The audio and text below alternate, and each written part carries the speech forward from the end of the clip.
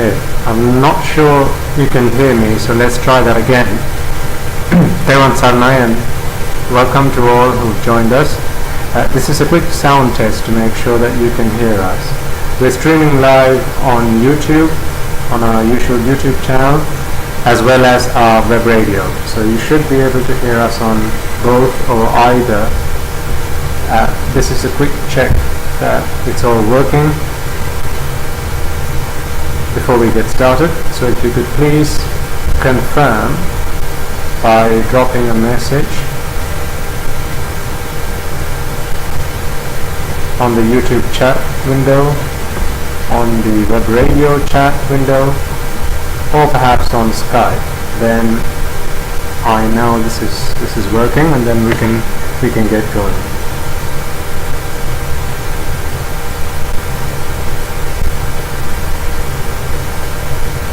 Also, if you're having any problems, then please let me know. Okay, thank you. I just had someone confirm that you can hear me on YouTube. That's a good result.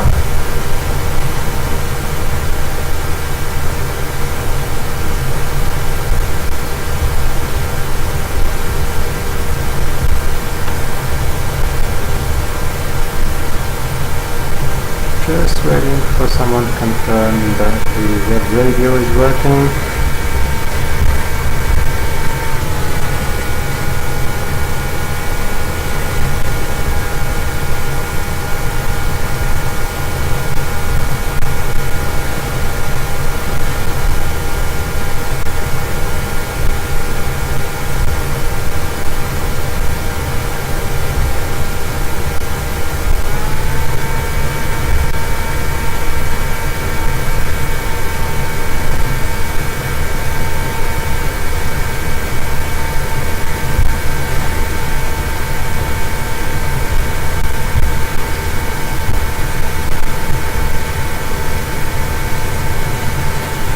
I can see there are a few people connected on the web radio, so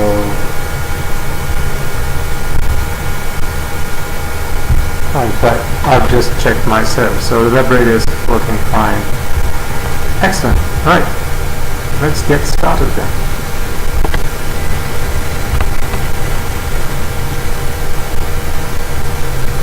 So welcome to you all.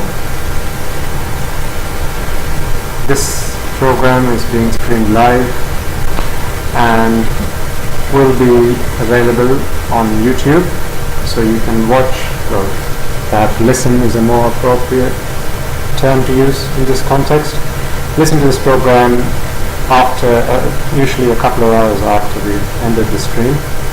YouTube usually takes a little while to process the session and then make it available. That's not a delay on our end. That's usually YouTube, and I think they do some processing behind the scenes. We're also streaming on the web radio, so if you have any trouble listening on YouTube, then the web radio is also available. Excellent, I've had someone confirm on the web radio as well. Perfect. And I think normally we also have someone who's very kind enough to make the recording available on the Skype group, or available to the Skype group for as a third option for leisurely listening. Usually if someone has trouble falling asleep. Okay, so let's get started then. As always, it's important that we take a moment to recognize the fact that the reason we have this Dhamma that we eagerly look forward to listen to, eagerly look forward to understand, to make sense of, in the hope that we can come to a level of comprehension, a level of understanding that will help us attain Nibbana. The reason we have this Dhamma today is because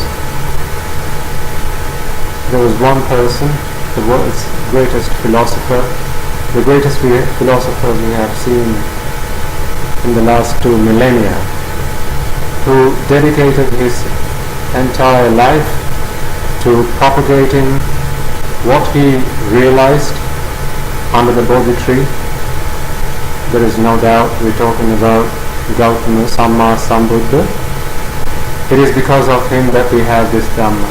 It is because he sacrificed his life and accepted an infinite amount of pain and suffering when in fact he had the opportunity to end this painful process that is samsara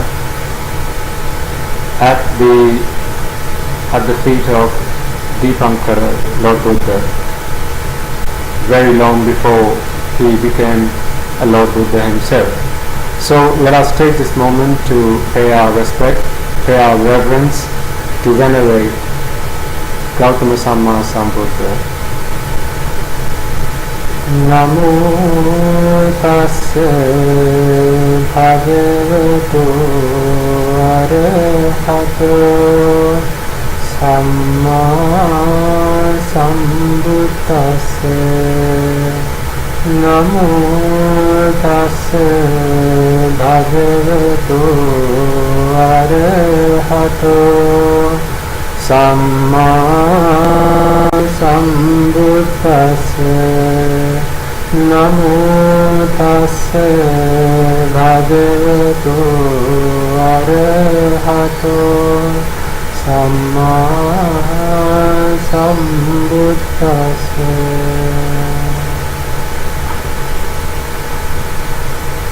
Let us also be grateful to all those beings, sentient beings who help us get to where we are today.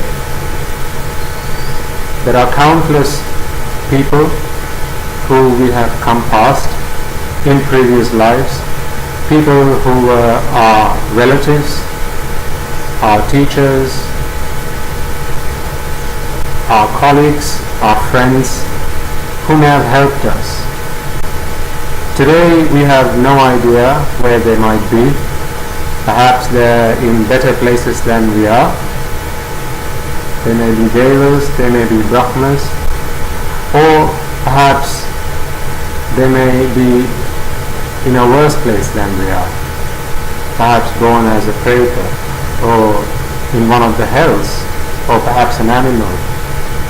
Either way, it's important that we take a moment to reflect on the fact that it is with an infinite amount of help and support that we have been able to achieve this result, which is being born a human being. And I think today I want to emphasize that point a little bit more.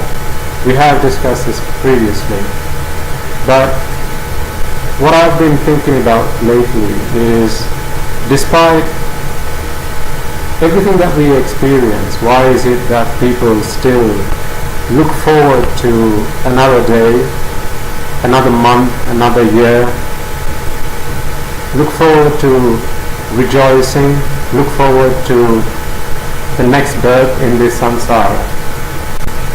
And what's clear to me, at least to the way I see it, is that although we might understand the Lord Buddha's teaching, and particularly the First Noble Truth, there's a difference between knowing and understanding. There's a difference between knowing and comprehending. So we'll be talking about that today.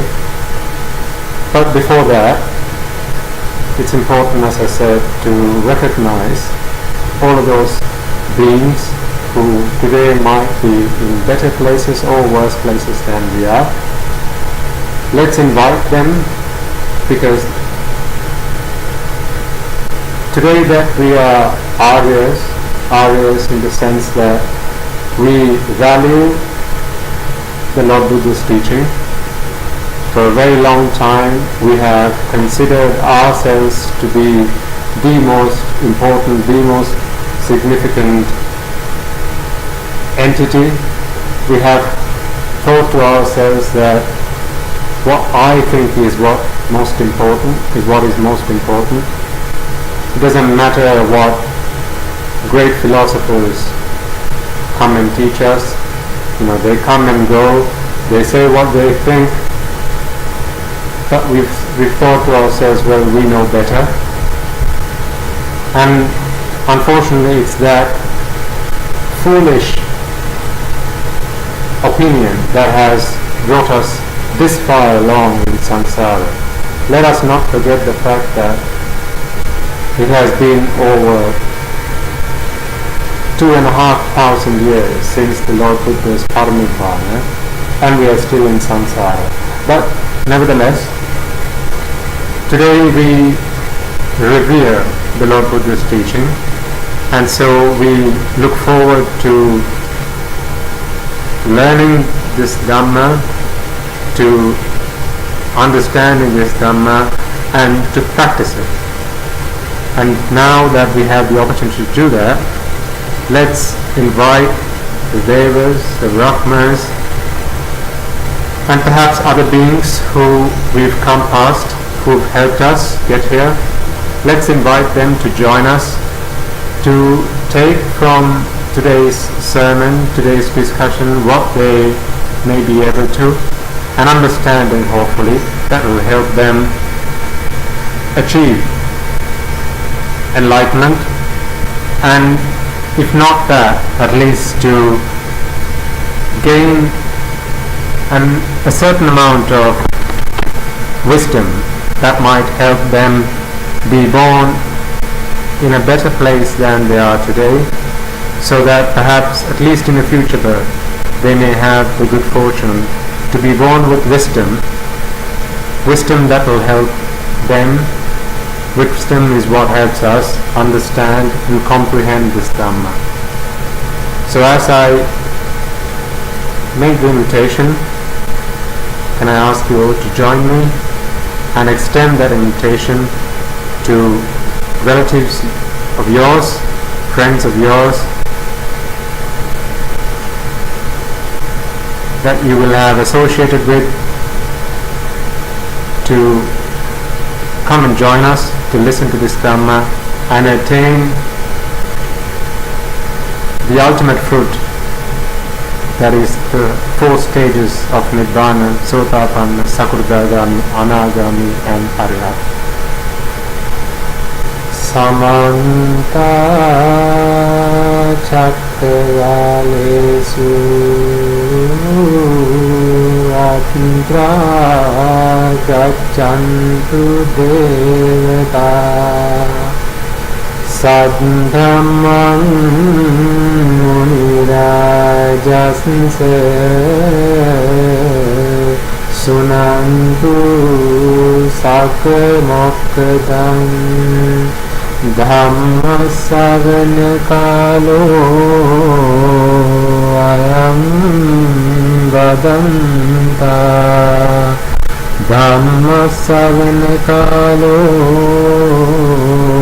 Ayam Vadanta Dhamma Savana Kalo Ayam Vadanta.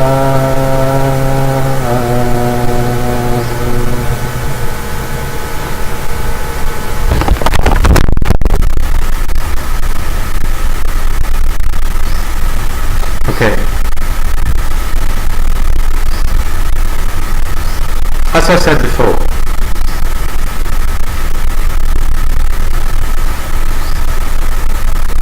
it's worthwhile taking a moment to ask ourselves, to consider,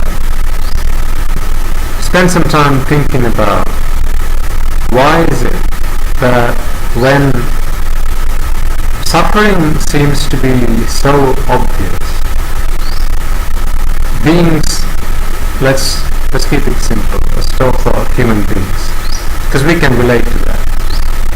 Why is it that the majority of human beings You can think of your friends, your family, relatives, perhaps yourself. Why is it that we still feel attached to this world, to the things that we have, to our material possessions? Why do we feel that it's really a struggle to let go? Because let's be honest, I got to know today that this is apparently the 16th program that we are running today, and that's only the English program.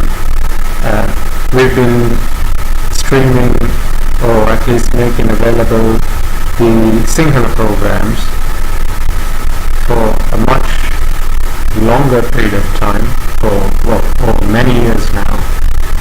And despite the fact that our listeners,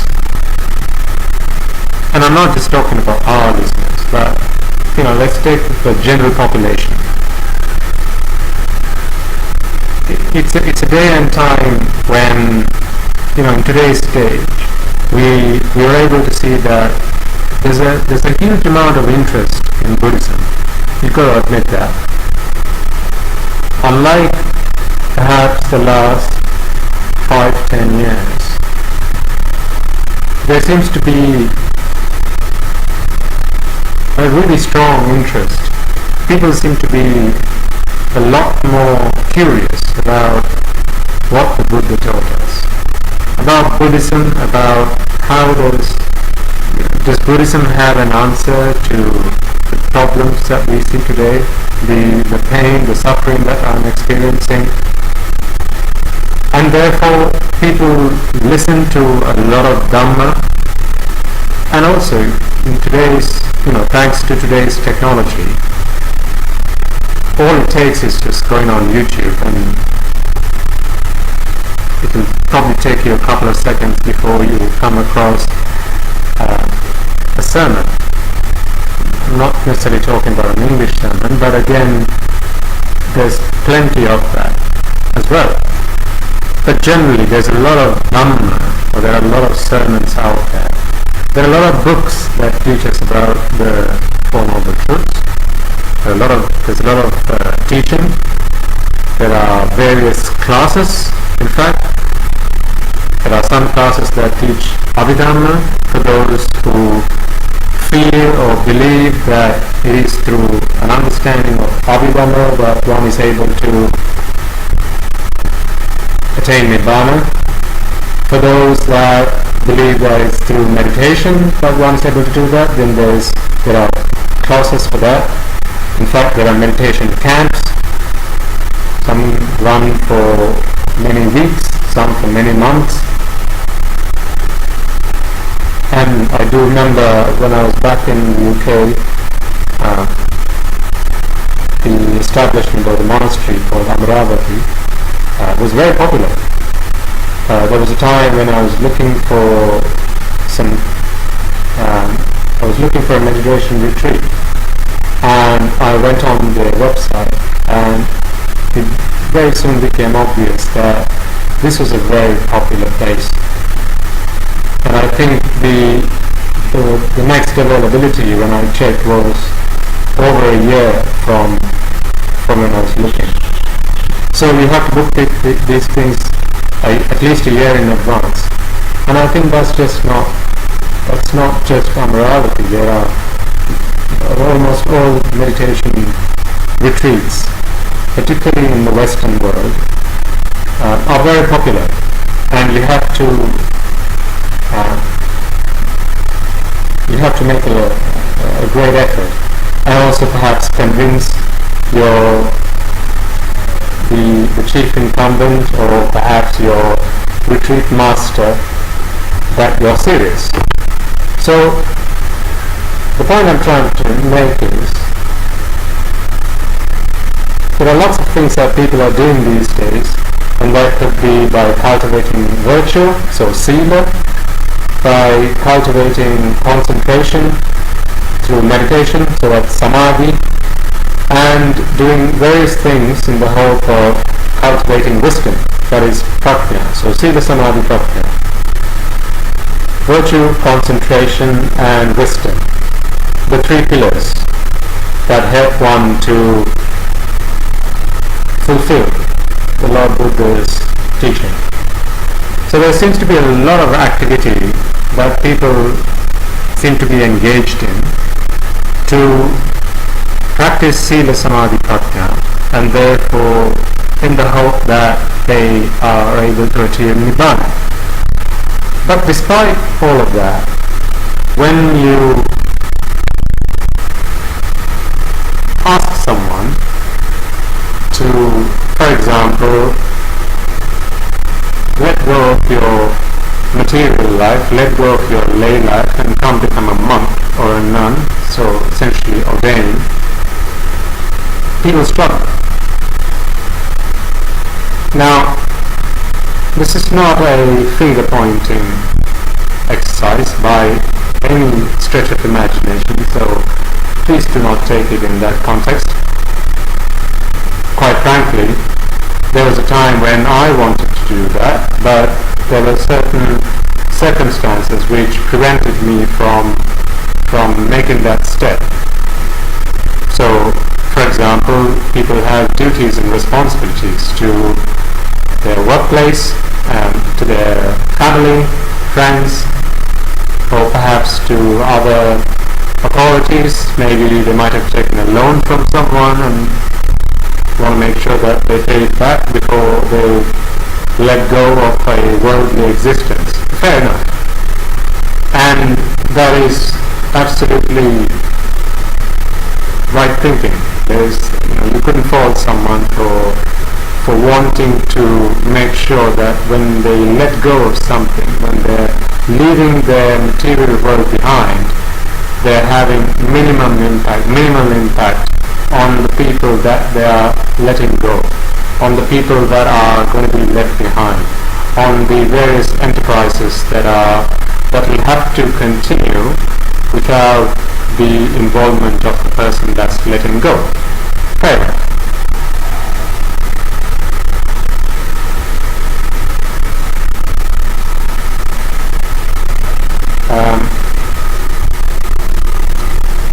So I'm just getting a message from someone to say that the YouTube stream is not that clear. I wonder if that's felt by others or is it just a one-off. Can you please let me know if you're unable to hear me on YouTube?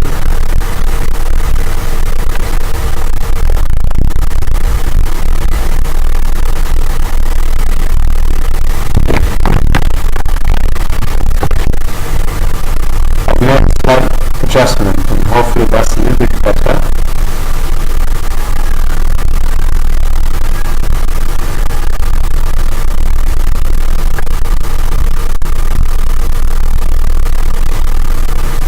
Is that any better?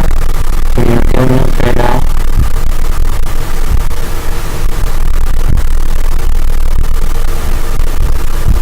We've been having some technical limitations, so as I've mentioned in the past, I sometimes have to,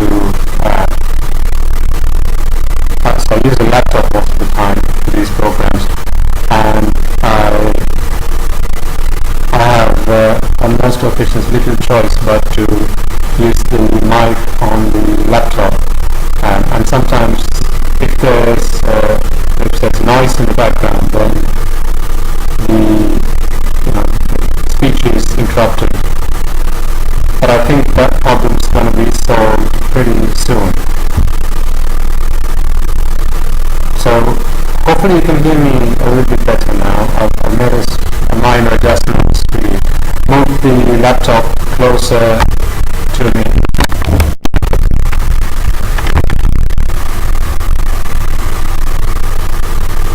Hopefully that's better. Okay.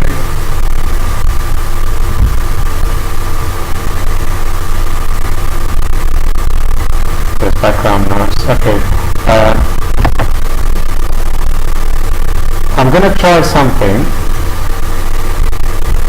Sorry that you were interrupted, but I want to make sure that you can hear me okay, and without because I know it can be a little bit annoying, especially when you're listening to a sermon for a long period of time. If the voice is not clear, there's a lot of background noise, and it can be a little bit annoying, and we don't want that. So I'm going to try something.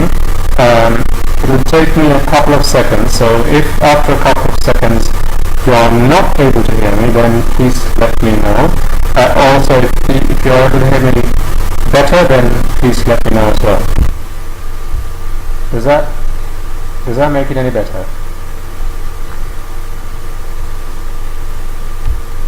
Is that any better?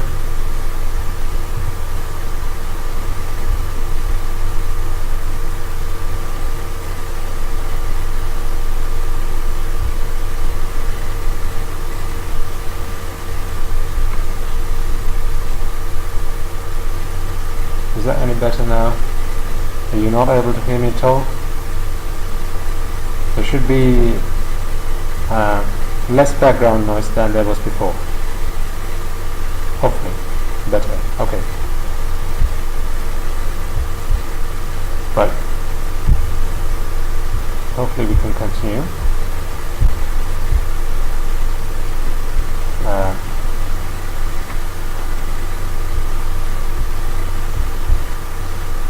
Okay, let's continue.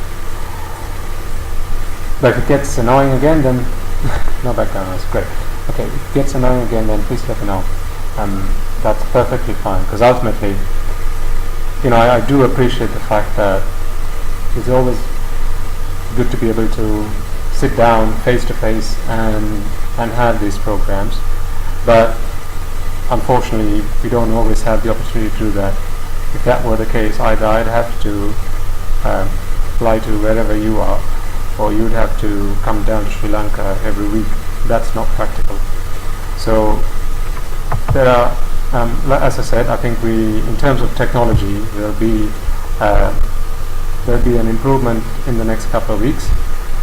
So hopefully the stream will be better next time we do this. Right. So where were we? We were talking about why people find it difficult to let go, despite associating, despite listening to and practicing the Buddha's teaching. So there must be something that is just not clicking. It's like if you were in a math lesson, in a math class, right? Say you're learning a new formula, or you're learning a new technique. Let's say that was calculus. Okay, so your teacher is teaching you calculus. They're working out all these sums on the board, and after the halfway through the lesson, they give you a sum and say, right, work that out. So you start working it out, but halfway, just as you get started, you can sense it when you understood something versus when you're just following instruction. I think that's the best way to put it. There's a difference between you understanding how to solve that problem. So I'm talking about calculus, right? There's a difference between you understanding, for our very young listeners out there, let's take multiplication or addition, if you haven't covered calculus yet.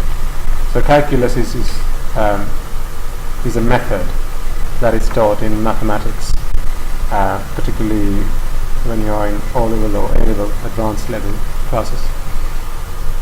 So there's a difference between following instructions. I mean, someone could write down all the steps to solve a particular problem and then give that sheet of instructions to you and say, this is how you solve a calculus problem. Here's the problem you need to solve. Now go ahead and do it.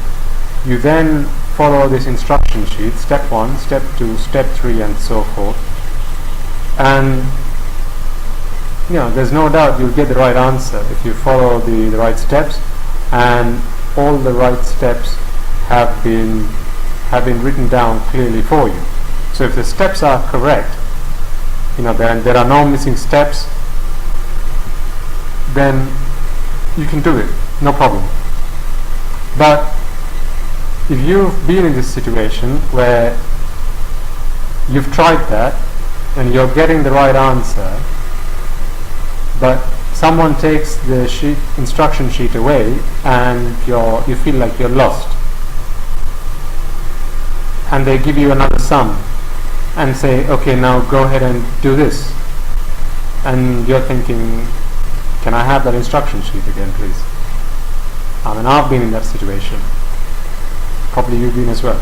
So, but if I understood how to solve that problem and really understood it through my own comprehension, then I would be able to work it out in my own head.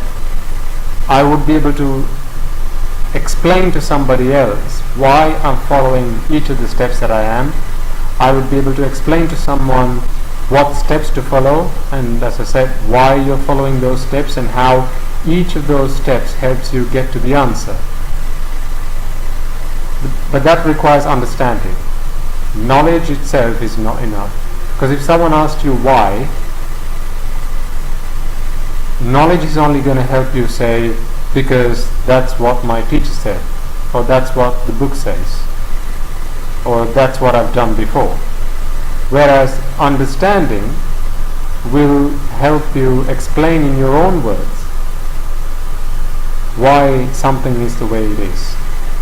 In your own words, why you're adding two numbers in one place and you're taking away the difference in another place, why you're multiplying two numbers in one place and dividing in another place, and perhaps why you're trying to find the square root of something. You'll be able to explain it. Now, Buddhism, as much as it is a science or Buddhist philosophy, I try and be careful in my use of terminology, because Buddhism is generally seen as a religion, and Buddhist philosophy is what we're talking about. It's essentially, what did the Buddha teach? Because that's what the Buddha gave us. He gave us a philosophy. He gave us a perspective, a way of looking at life. I remember when I was younger, people asked me, what is Buddhism? And I used to say, it's a way of life. I think I probably wouldn't put it exactly that way if someone asked me, what is Buddhism now? I'd say Buddhism is probably best defined as a religion, but Buddhist philosophy, or what the Buddha taught, was a perspective on life, and the crux of what his teaching is how and why I need to try and put an end to this rebirth process. Anyway, that was a sidetrack. So the difference is that's the difference between knowing something and understanding something, and the same applies to Buddhist philosophy. To be able to understand something, you have to be able to get the feeling behind it. What do I mean by get the feeling behind it? What I mean by that is, you might have several teachers come and teach you, and they wouldn't have to follow the same, they wouldn't have to use the same words, they wouldn't have to use the same examples, they wouldn't even have to use the same terminology, but they would be able to convey the feeling. So, for example, let's take something you feel day-to-day life, something like love or affection. How would you describe love or affection? That could be to your parents, or parents to their children. How would you describe that? It's not a formula somewhere. it's not something technical. It's not a, I do this, that and the other, and therefore I love this person, or I love my child, I love my mother. It goes beyond that. So it's a feeling you're trying to convey. And equally, think of something like disappointment, right? Again, that's a feeling. Frustration is a feeling. So with feeling comes a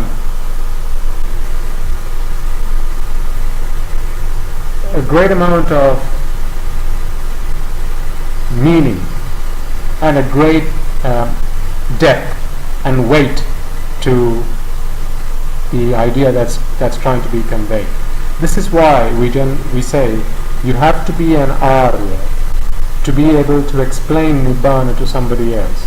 See, again, Nibbana, if you took a book on Abhidhamma or even the Tripitaka, someone asked you what's Nibbana, you can refer to the appropriate paragraph or the appropriate sutra or perhaps the appropriate verse in maybe even the Dhammapada and say this is what Nibbana is. You'd be able to quote the Tripitaka and say this is what Nibbana is. But that would be a very technical description. And if someone asked you, well, can you explain it in your own words? That might be a struggle if you don't understand it. And this is also why what we say when someone attains the fruit that is Sotapanna, they're able to describe Nibbana in over 1,000 different ways. So in Tripitaka, this is described in the verse or in the phrase Dahasak 9 Pratimandita. Dahasak being 1,000, 9 or Nyayan is theories, Pratimanda is to be endowed. So when you are a Sotapanna, when you become a Sotapanna, you are endowed with this wisdom that enables you to describe Nirvana in a multitude of ways. The word 1,000 is used, or the number 1,000 is used, but that's just a nominal number. You could look at a glass of water and explain Nibbana through a glass of water. You could look at a leaf on a tree. You could look at a brick on a wall, or you could look at a clock and describe Nibbana to somebody. But you can only do this if you really understand it and really comprehend the meaning and the feeling behind it. You'll also remember that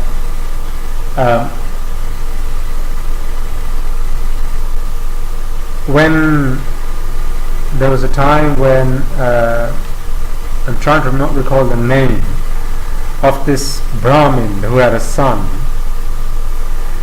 I'm sure the name will come to me a bit later, but I'll give you the story anyway. I just can't remember the name at this moment in time. There was a Brahmin and his son. Now this Brahmin was a great fan of the Lord Buddha, and he wanted his son to follow in his footsteps. He wanted his son to, because his son was looking forward to a very material life. He wanted to work hard, no harm in that. He wanted to accrue wealth, be prosperous, but in a very worldly, mundane way. Now this Brahmin who was able to come across, or had the good fortune to come across the Lord Buddha before, wanted his son to follow in his footsteps. And so when the son comes and asks him, Father, can you give me your wealth? Can you give me whatever it is that you have for me,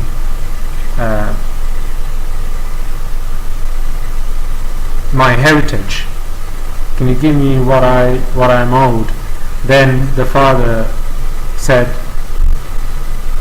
first you go visit the Lord Buddha, and when he preaches you the Dhamma, I want you to remember what he says and then come back and tell me whatever it is that he said. So this young man is very keen. Naturally, as far as he's concerned, he's been asked to do a very simple thing. Go visit the Buddha. The Buddha is going to preach to him. He's going to teach him some Dhamma, and all he has to do is to remember it and then come back and relate that to his father. So he's feeling confident now. So he sets forth, he goes and meets the Buddha, he venerates the Buddha, sits down and listens to the Dhamma, and then the Buddha teaches him the Dhamma, he gives him a discourse, and then the young man gets up and venerates the Buddha again, and now he's on his way back. But the Buddha on this occasion sees that this young man is fortunate enough to understand the Dhamma. So this is where the distinction is between knowing something and understanding something, right? I'm trying to get this message across to you clearly before I get into the core of what I want to talk to you today, which is suffering. So the Buddha makes a determination, and he is and he's wanting this young man to remember the meaning of what has been said by the Buddha, but not remember the words. So he's wanting this young man to be able to feel the meaning. He's wanting this young man to be able to understand the meaning of what was said by the Lord Buddha, to be able to comprehend the meaning behind the words, but forget the words. He actually wants this young man to forget the words, the very words. So the Lord Buddha now makes this determination, and when the young man goes back to his father, and the father now asks him the question, have you been to see the Buddha today? Yes, I have. Okay, so what did he tell you today? What did he teach you? And now this young man, he was very confident until this point. He was very confident because he's wanting to get what he's asking his father. He's wanting his money, his wealth, and yet he's now struggling. He's struggling because he's unable to remember any of the words that the Lord Buddha preached to him. So he's trying really hard. He's thinking, he's looking up and down, left and right. He's thinking, it was only today, it was just a few hours ago, I was sat in front of the Lord Buddha. He was preaching to me. There was nobody else there. It was just me. I was paying perfect attention, and yet I can't remember a single word he said. So this baffles him, and he's confused. He's really trying hard. He's thinking, surely I must remember at least one word. I've got to, because that was the purpose of my visit. All I wanted to do was to go meet with the Buddha. I didn't care what he had to say. I just wanted to remember a few words of what he was saying, and then come back and relate that to my father. And provided I'm able to do that, I'm able to get from him his money, wealth. So he's trying to remember, but unfortunately he's not able to remember a single word. So he then says, Father, I'm really sorry. I'm not able to remember anything, but do not worry. I'm going to go back tomorrow, and tomorrow I'm going to, without a shadow of a doubt, remember everything that the Lord Buddha preaches to me, and I'll come back and tell you. And the father says, yeah, sure, let's do that. So the following day, he visits the Buddha again. He venerates the Buddha, sits by his side, and now the Buddha starts preaching again. So the Buddha preaches the Dhamma, and again, as he did the previous day, he makes a determination, and that determination is, may you remember the meaning of these words, but not the words themselves. And now I remember, his name was Kala. His name was Kala. So in the Tripitaka, you will see his name as Kala Situputra. Situputra because he was a son of a Situtuma. A Situtuma was someone like a minister in today's day. Okay, so you can imagine as him as being the son of a minister. So very influential back in the day. Very powerful, had a lot of money, came from a good family, and you can imagine he would have probably had a good education.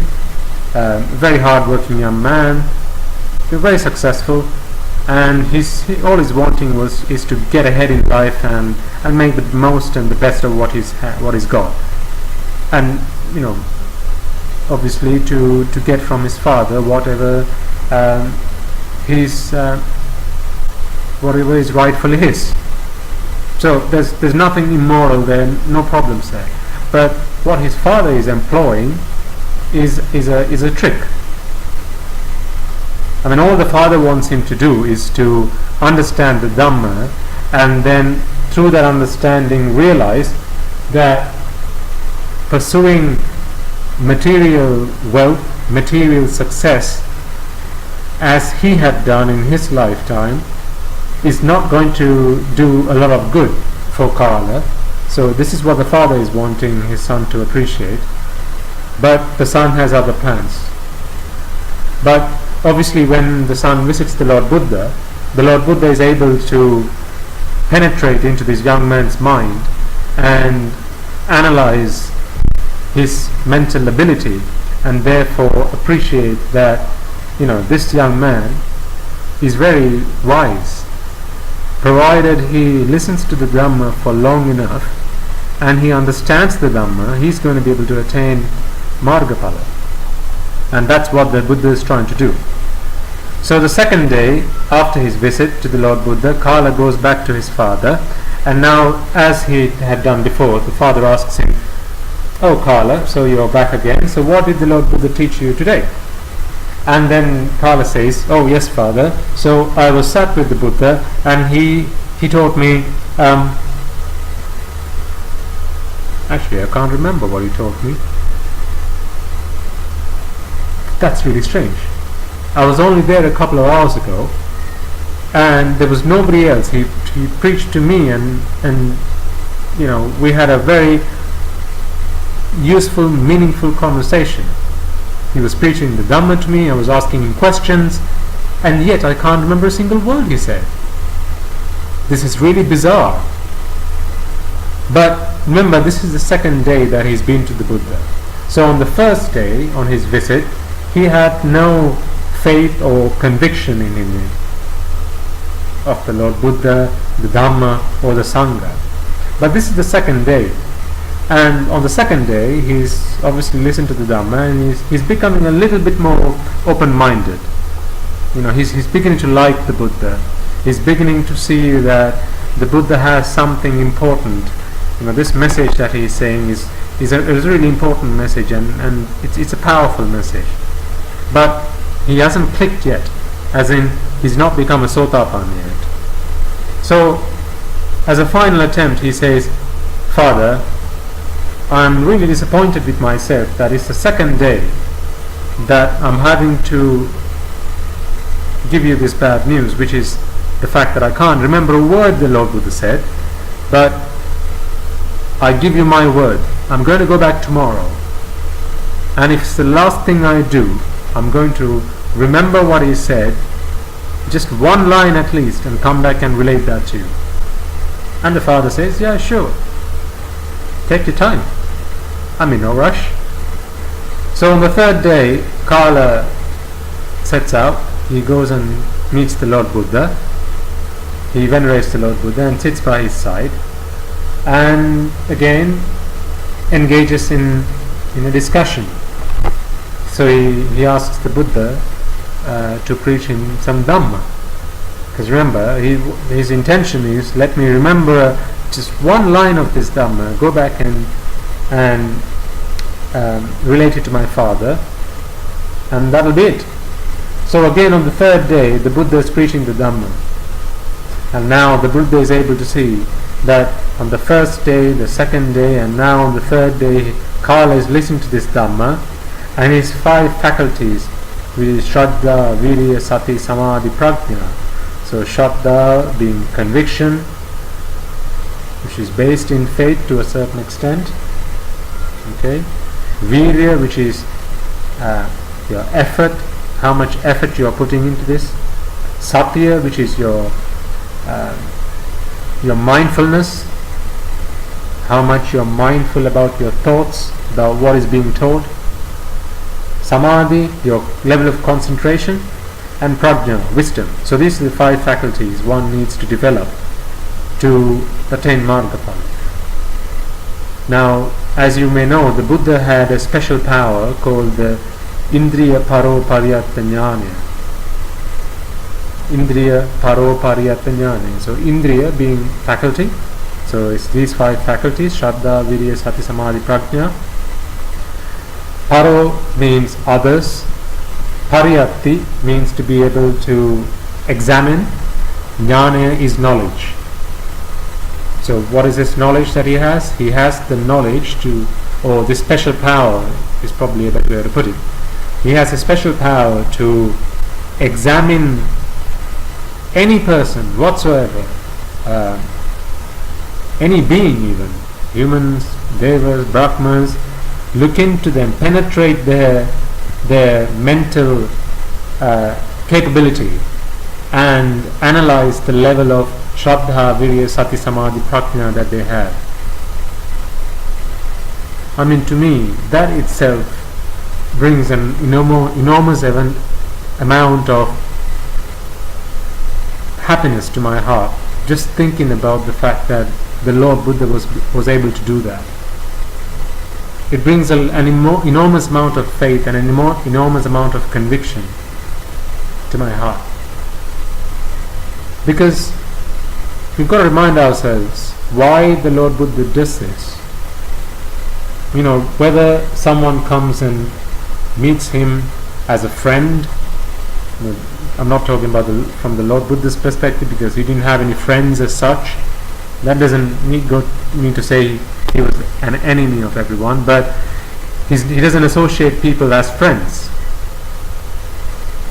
you know, like you and I do. He doesn't have enemies either. He doesn't have enemies either. All he's interested in is, can I preach some Dhamma to this person? How can I help this person understand the Dhamma and therefore put an end to this suffering? That's all he's interested in. Can you begin to imagine how much compassion there must have been in him?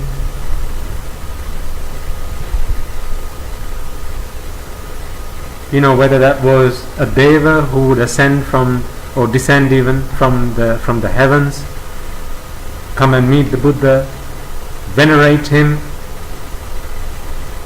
like there was no tomorrow, sit down beside him, sing his praises, and then ask him a question with the sole intention of trying to understand how to eradicate raga, dvesha, moha in their own minds, or whether it was someone the Lord Buddha went to meet himself, sometimes on foot, sometimes the destitute people, people who had no hope whatsoever.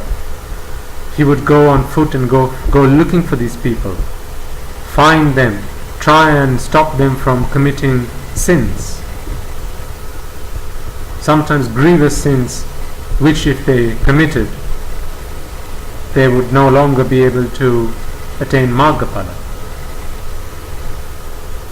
Why did you do that? And sometimes when he would come across people, Yaksas, Devas, Brahmas, who because of their ego, super ego, they would think that they know better than the Lord Buddha, and they would come to argue with him, they would come to debate with him, they would come to hurt him, sometimes destroy him.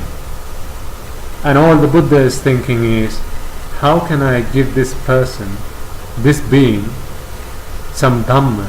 How can I open their eyes so that they may attain the supreme bliss of Nibbana? How can I prevent them from committing this sin so that they don't have to go suffer in the hells? Can you imagine how much compassion there was in that heart? This is why it's difficult to think about the Lord Buddha, appreciate his qualities without it bringing a tear to one's eye. Certainly when you have a deep devotion towards him, when your level of compassion goes beyond a certain point, just the thought of him, just the thought of how much compassion, how much wisdom, how much effort he put in to bring us this happiness, this bliss that is Nibbana, to put an end to our suffering, for no gain on his part. What did he gain by showing Angulimala, or by preventing Angulimala from committing matricide? What did he gain out of it? Nothing. What did he gain out of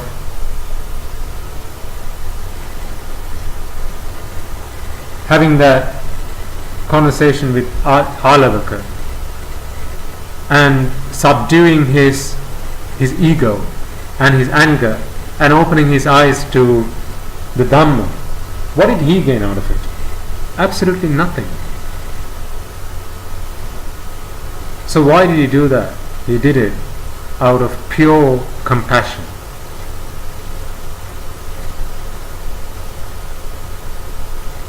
See, this is why we call the Buddha Amamanyam Vansa.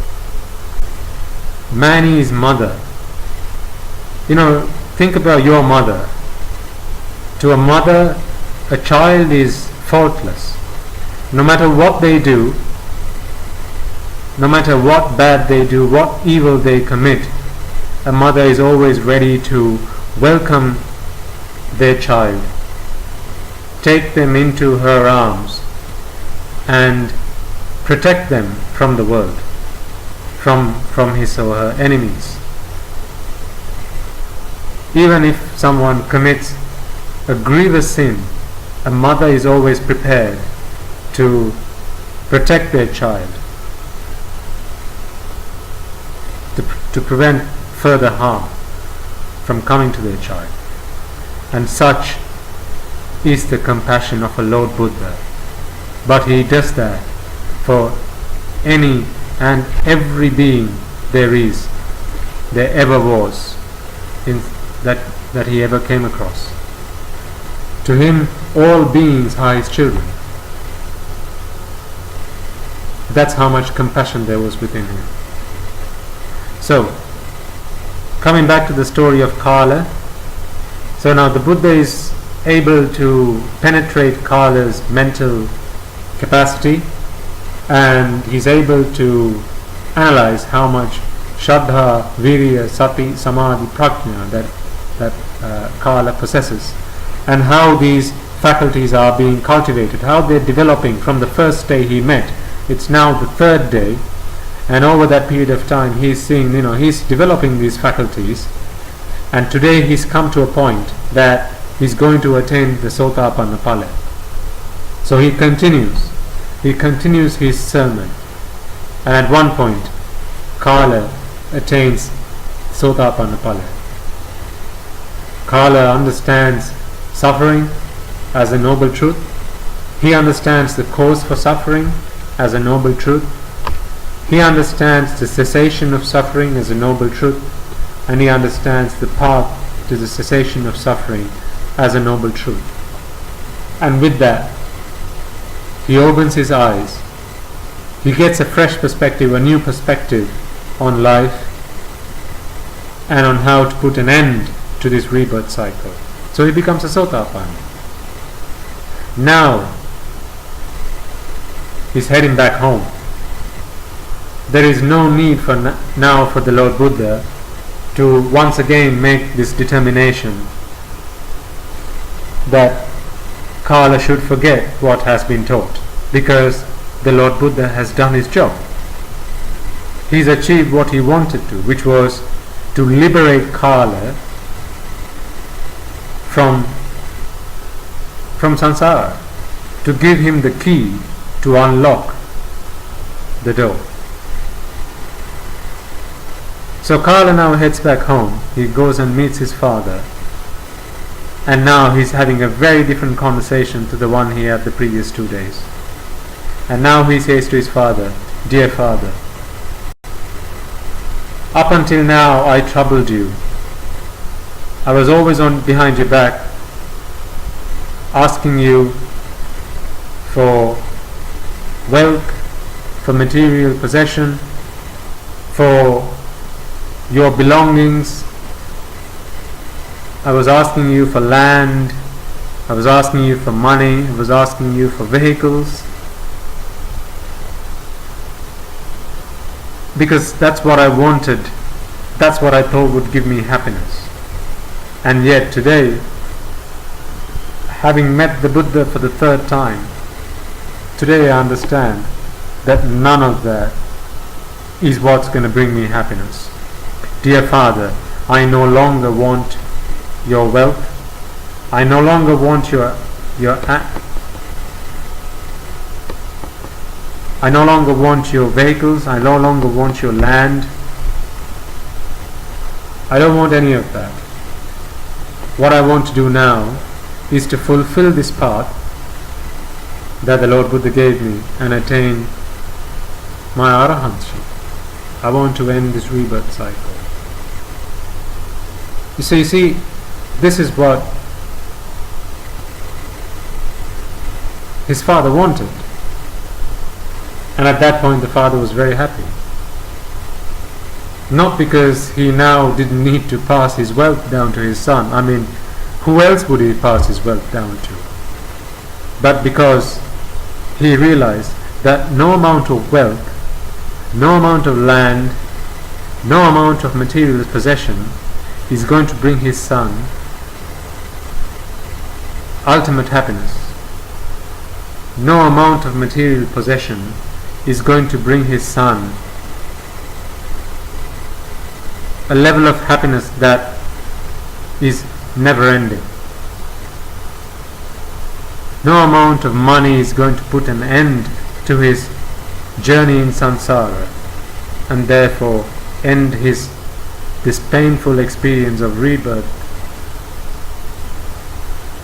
So this is another example of how understanding something is different to remembering or knowing something.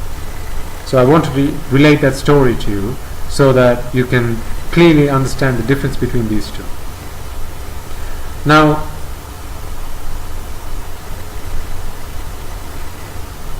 as I said at the start, I've been reflecting, I've been thinking about why, despite, and we discussed this a few minutes ago, why despite so much Dhamma being available in today's day and age, and people so proactively engaging in meritorious life. So there are plenty of flower offerings, there are plenty of oil lamp offerings,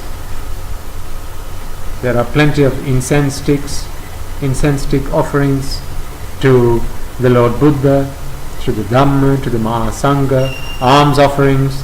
Sometimes people do once every month, twice a month, sometimes on every Poya day, right? And also people listen to a lot of Dhamma these days. But despite all of that, they don't have the level of understanding, not knowledge, because people seem to have a lot of knowledge today about the Buddha Dhamma, but not as much of an understanding. Because what is the true measure of one's understanding of the Dhamma? Actually, ask yourself that question. How do you tell if someone has understood the Dhamma? Do you give them a test? Do you give them a question paper with real difficult questions about the Buddha Dhamma, about Paticcasamuppada, about the Four Noble Truths? Is that how you measure someone's understanding of the Dhamma? Or do you question them on the material in the Tripitaka or in the Jataka Pota?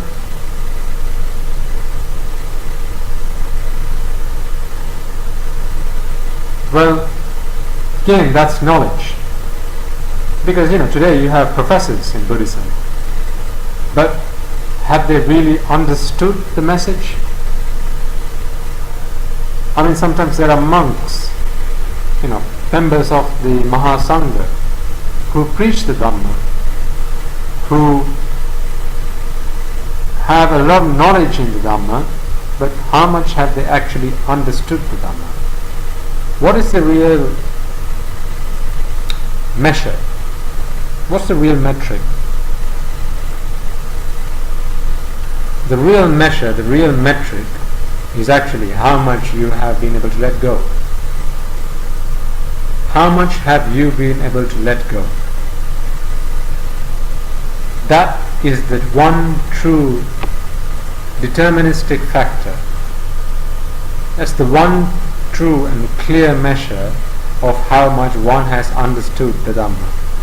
How much have you been able to let go? Whether it's money, whether it's your children, whether it's your parents, your friends, your relatives, your hobbies, your favorite TV channels, your favorite cartoon characters, your toys, your cars, your property, if you have cattle, if you have land, and even sometimes things that are not so material. What about ideas?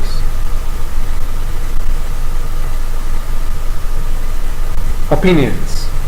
How much can you let go? Some people are very opinionated. I'm not saying it's a bad thing, I'm just saying, these are things that people hold fast to. Some people have the opinion that, a certain person is the best candidate, or the best candidate for an election, at an election, or the best person to be the country's leader. Some people have an opinion that, if you think back to many years ago, some people had the opinion that women should have equal rights. Even today you have that. Again, I re-emphasize, I'm not saying that is wrong. All I'm saying is it's an opinion. Some people have opinions that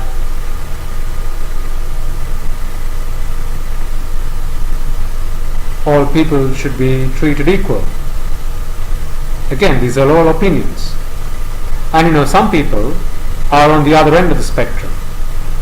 If you take Hitler, for example, Adolf Hitler, he had a very strong opinion. Wouldn't you agree?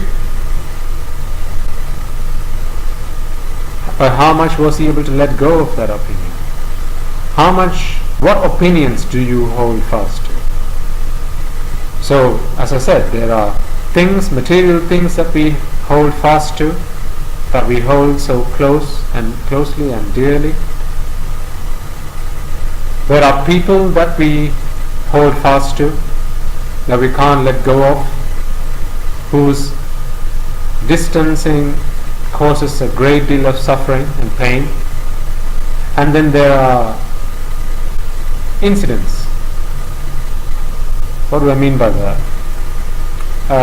Let's take, for example,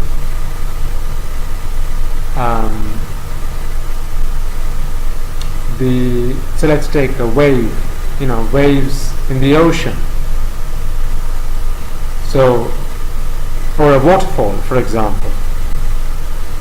Actually, a waterfall is a good example, or perhaps rain. Right? Some people really like rain.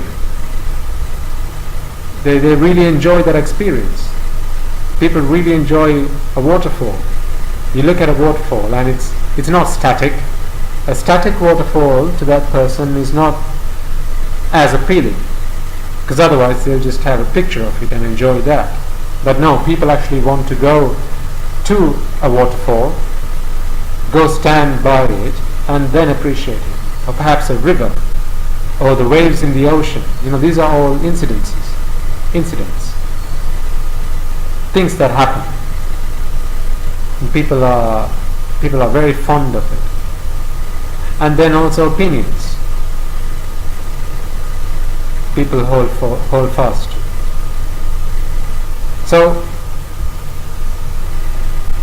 one's understanding of Dhamma and or the measure of how much one has understood the Dhamma is actually how much one has been able to let go of that opinion, of how strongly they hold fast onto that material object, another person, or that incident.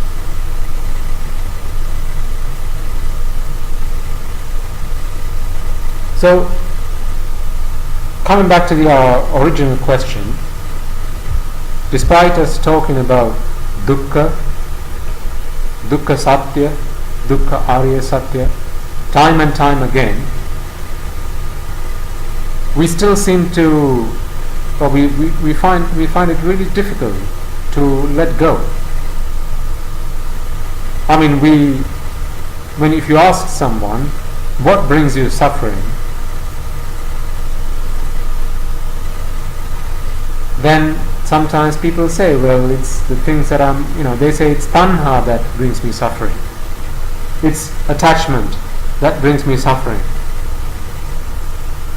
But I think what I'm sensing is that, again, that's just a very superficial knowing. It's knowledge.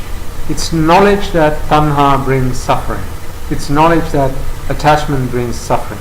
So tanha jayati soko, a lot of the time people just take as knowledge. It's just another fact. Just like the sun is hot, or the moon just reflects the sun's light. That's a fact. The sun rises in the east and sets in the west. That's a fact. There are 20 million people in Sri Lanka, population, that's a fact. So just like that, people remember factual data, factual information, and they don't really give much thought about the meaning behind it. Take a computer. If you take a computer, the hard disk of a computer, or a supercomputer, how much data do you think sits in there? Sometimes you have gigabytes and terabytes and petabytes of data, exabytes of data. That's a lot of data. If you think about the internet is nothing more than all of the data that sits in all of the devices connected to the internet, networked in such a way that one computer is able to access the data on another computer. That's information, that's fact. But how do you give meaning to that data? That's where you need a human being. You give data to that human being, they process that data, they try and relate it to other bits of data, and then you get information out of that. So likewise, come to think of it, it looks like Dukkha Arya Satya has just become a fact. Attachment causes suffering has just become a fact. We seem to be, it seems to roll off our tongues so easily. But when there's the real test of have you really understood that, which is how much have you let go, the answer is very little.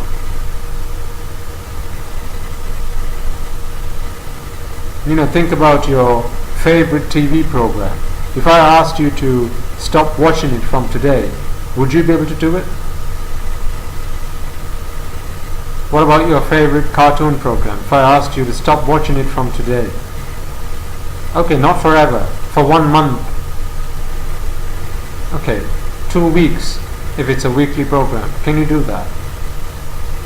If you're feeling uncomfortable at the thought of it, is that not because you're attached to it? Is that not because you are unable to let go? What about your best friend? If I said to you, can you not talk to your best friend for a month?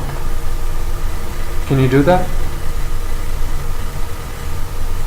I'm not saying go and do this. I'm just asking you to think about this. Ask yourself the question.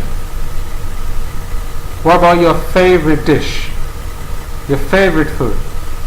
Some people, for some people it's pizza, sausages, fried rice, biryani, whatever the case might be. Rice and curry for some person, for someone. For some people it's their morning tea. Right? Without the morning tea I can't function. There are some people like that. If you have a real understanding of the Dhamma and the measure of how much that is true is how much you are able to let go, can you think of your most favorite thing? That could be your favorite item of clothing in your wardrobe. It could be your favorite computer game. It could be your iPad, your mobile phone, your favorite TV program, your best friend, your hobby. Are you able to stop associating it for a period of time, 1 month?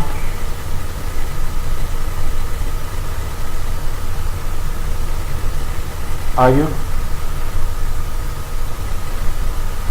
Now if you go around publicly telling other people, this is, look at this Dhamma that I have found, I'm seeing that I'm progressing and working my way towards Nibbana. Where's the practical application of it? Because remember, I always tell you, 20% theory, 80% application.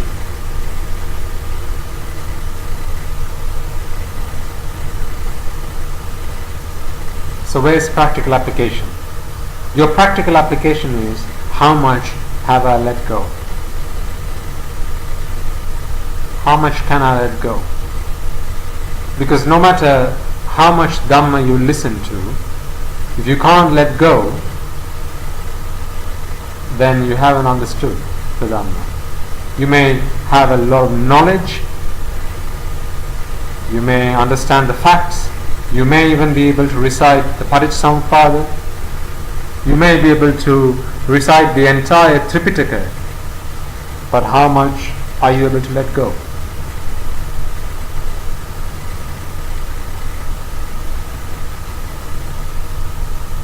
There are plenty of stories from the Buddha's time where he didn't really appreciate someone spending time trying to acquire knowledge. In fact, at times he would insult people. Remember the story of Portila? There was a monk called Portila in the time of the Buddha. So Portila once came to visit the Lord Buddha, worshipped him, sat down beside him, and the Buddha is now sat, and they're not looking eye to eye, but the Buddha's sat on one side, and Portila, Venerable. So this monk is now saying, "Oh, Venerable Sir, I think you'll be very happy to hear this." The Buddha is not replying, and Portila says, "I know the entire Tripitaka. I am a master of the Tripitaka. So I understand the three canons, the book of discipline, the Vinaya Pitaka, the book of discourses, the Sutra Pitaka, and the book of Abhidhamma Pitaka. So I am a master of the Tripitaka, and not just in this birth. Many times before, I have been a disciple in the Lord Buddha's order, monastic order, as a monk, and I have been a master of the Tripitaka many times over. And even today, I am able to recite the entire Tripitaka, and I am able to help a lot of monks, my fellow monks, in their practice, to help them attain Margapala." So now you can imagine Portila sat next to the Lord Buddha, and he is giving this kind of a self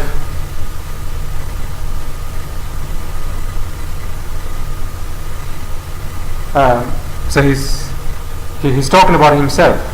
He's saying, "This is what I've been able to do, and this is what I'm doing today." He's singing praises of himself.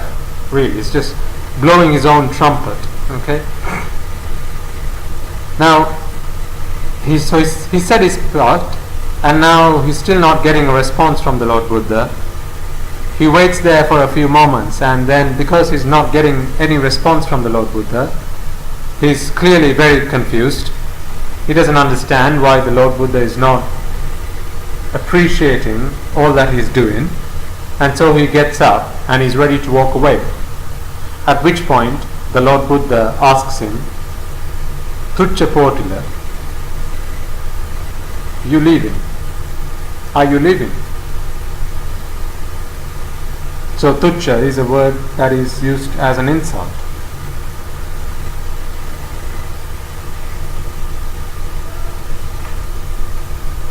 So tucca is a word that is used in Sinhala, and also there would have been the equivalent in Pali, used back then, and it's a word used to insult someone.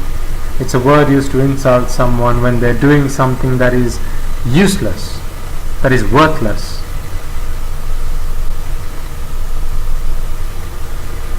Please don't use it in public. So he's used this word to insult Portila, and now Portila is clearly shocked. He doesn't understand this. He's thinking, I've done so much for the Buddha Shasana. I've learned the Tripitaka by heart. I'm able to recite all three canons of the Tripitaka. I've done this many times before in the time of previous Buddhas. So you see, he's even developed his concentration, his samadhi, which is how he's able to reflect on his previous births by to be able to do that, you need to at least be able to attain the fourth jhana,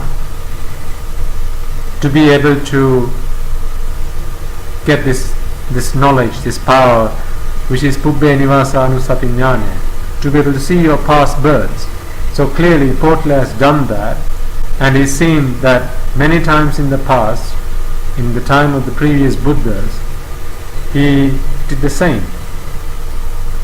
He learned the Tripitaka by heart, and he helped other monks to attain Nibbana.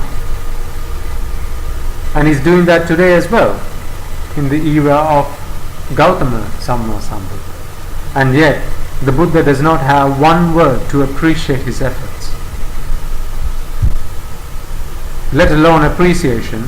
He's actually insulting him. So then he asks the Buddha, Venerable Sir, why is it that you insult me?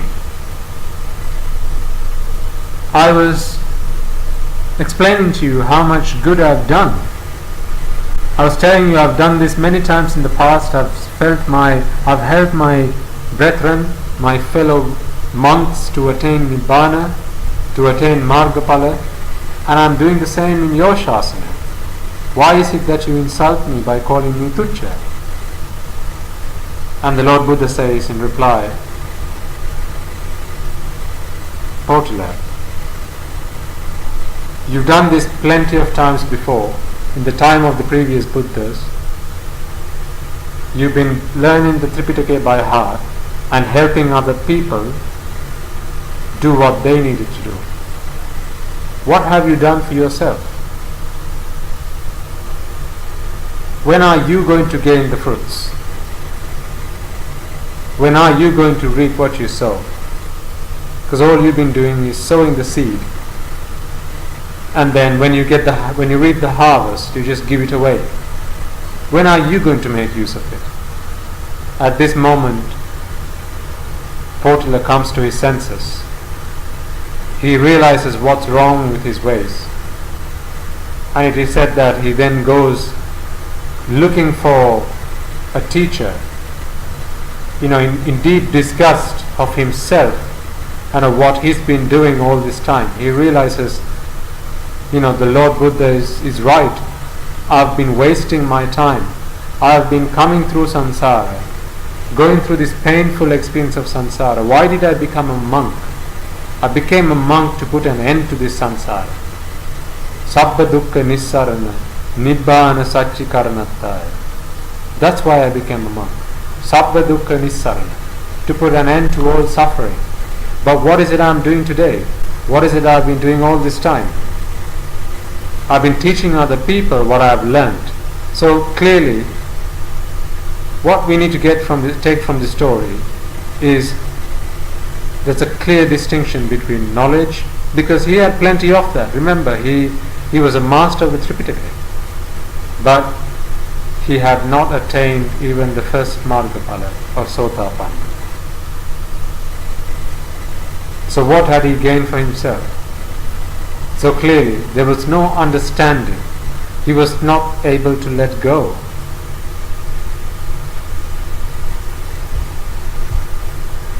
So this is why it's important then to understand the difference.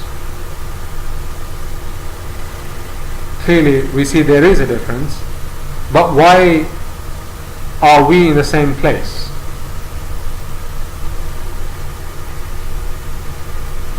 And I think it's because if you take, to give a metaphor,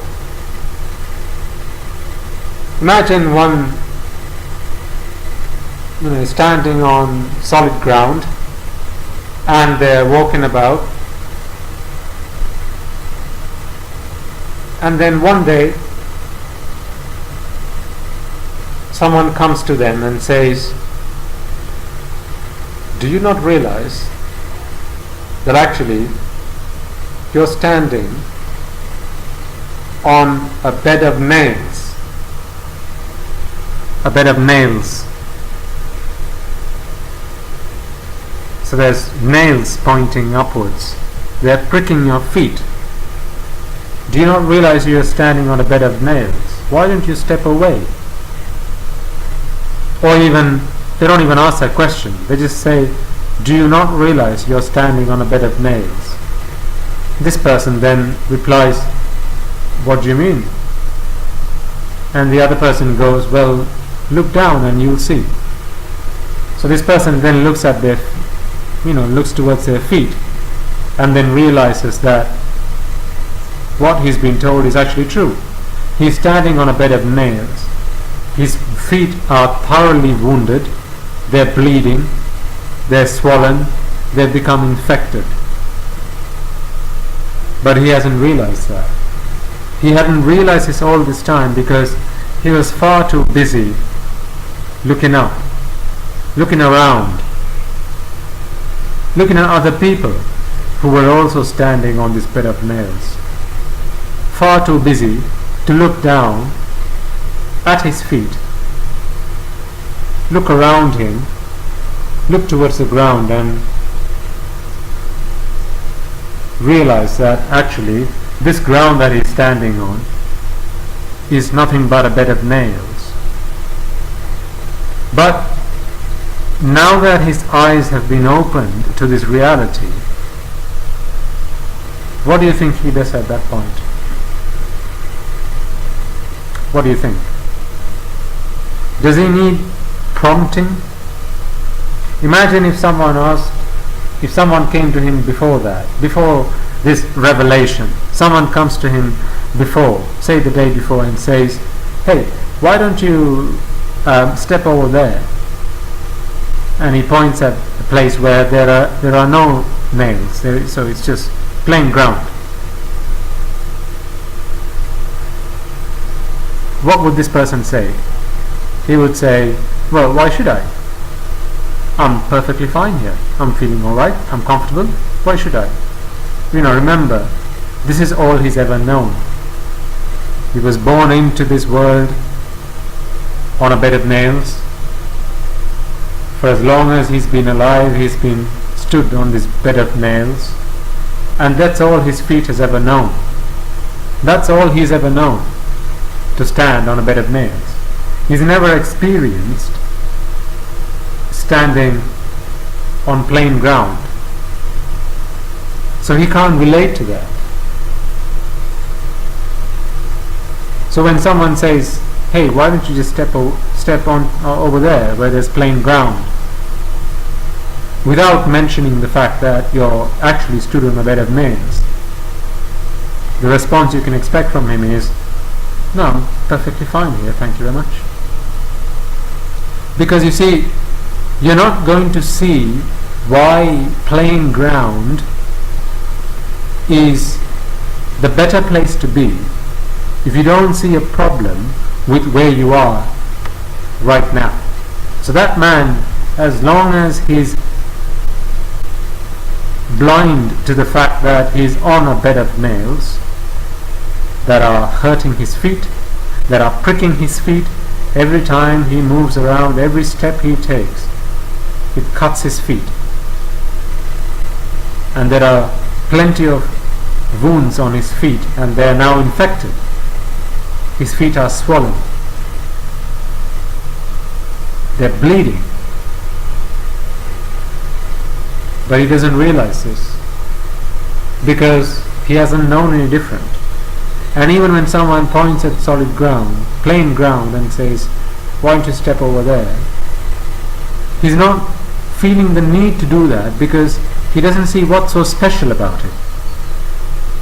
Why? Because he has nothing to compare it to. Certainly there's nothing that's apparent to him. It's not apparent to him because he's not looking at where he stood at this moment in time. So when this other person the following day comes and says, hey, do you realize you're stood on a bed of nails?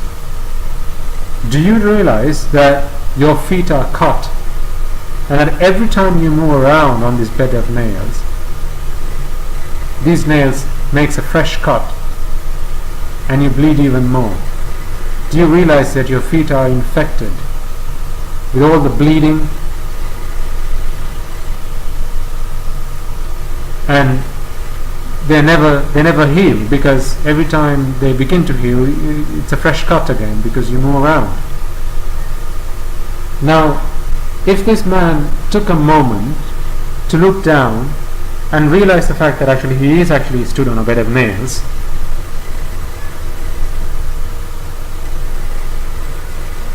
what do you think crosses his mind? What thoughts do you think rush through his mind? Do you not think he's going to think about the other friend who came to him before and asked him to step over to the other side where there was just plain ground? Before, he didn't have any value for it. When he was asked to move over to plain ground, he would question the intention. He would question, well, why is it you're asking me to do this? What's the point? How can I even trust you? How do I even know that although you're saying plain ground is comfortable over there, how do I know that? You see, I had a similar experience. So, a couple of weeks ago, while I was in the monastery, one day in the evening, late evening, I think it was around 8 o'clock, half 8 in the night, a bunch of teenagers, they came over, about 5 of them. So they sat in front of me and another monk, and so he's asking me this question. He's saying, Swami Nuansa, I believe in the Lord Buddha, but I can't understand, I can't seem to compute, I can't seem to make sense of Nibbana. I don't believe Nibbana exists. As in, I'm not talking about a place here. He's saying, I don't think Nibbana is something that someone can achieve. I believe in Lord Buddha, but I don't believe in Nibbana. Isn't what this guy is saying very similar to what this person that stood on a bed of nails was saying to his friend when he came and said, stand away, get out of there, come and stand on this plain ground, and it's not going to hurt your feet. He's not seeing the answer to the problem, because why? He's not seeing what? The problem. If you're not seeing the problem, the answer to the problem is not apparent. You're not looking at it as the answer to a problem. Again, I'll give you a very simple example. I give you 2 sheets of paper. On one sheet of paper, I write down several numbers. So, I have the number 2, so at random, I have the number 4, the number 5, number 9. Okay, so I have a bunch of numbers on one sheet of paper. I give it to you, and you're looking at it going, so what? Why have you just given me this sheet full of numbers? And it's a perfectly valid question. I then give you another sheet of paper on which I have written this equation, 5 plus 4 equals. What do you think you do at that point? You go back to the first sheet of paper and you remember, there was 2, there was 4, there was 5, 6, and then there was 9. Now the number 9 has meaning to it. Now the number 9 is of value. The next time you look at that sheet of paper, the number 9 has a lot more significance than all of the other numbers on that sheet of paper. What do you think? Am I right? It's because you have the problem, and now you're looking at the solution. Before you had the problem, before you knew what the problem was, the solution was not obvious. As in, the information was out there, but it was never apparent as a solution to a problem. You see, I think I've mentioned this before. The Buddha did not invent Nibbana. He did not invent the first noble truth, that is Dukkha Arya Satya. He did not invent the second noble truth, which is Dukkha Samudaya Arya Satya. He did not invent the third or the fourth noble truth. It was not his invention. What did he do though? He was an explorer. Think of any other explorer or someone that goes on discovery. What does an explorer do? They go exploring lands. Think about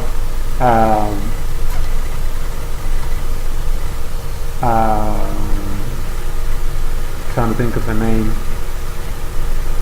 Anyway, it doesn't matter. Think about people in the past who've gone traveling on sea, looking for new land. That bit of land existed even before that person came and set foot on it. But what did this person do? He discovered it and then made it open, made it known to other people. Hey guys, did you know that there's this bit of land here that can be used for cultivation, for settling down, for herding your cattle, so on and so forth. But that land existed even before that person discovered it. Right? What about bacteria? Didn't bacteria exist before it was discovered?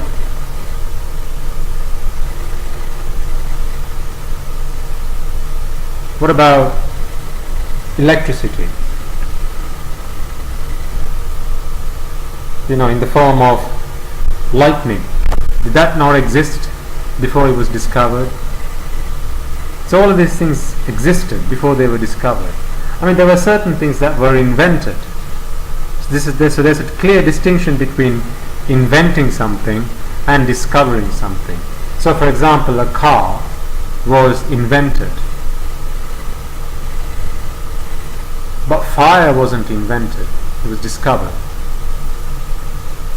You don't invent fire, you discover fire. You don't invent land, you discover land. Whereas a computer was invented because it didn't exist before.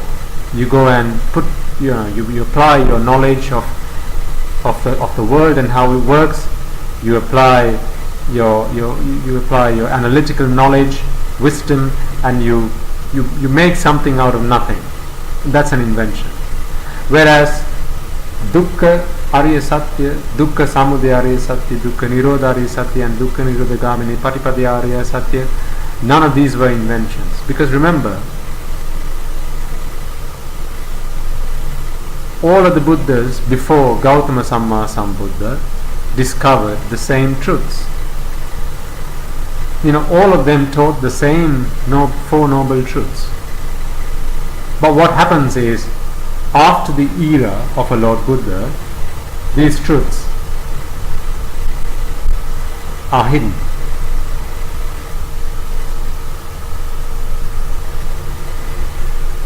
People stop talking about it, people stop practicing the Dhamma, and then it goes out of general use.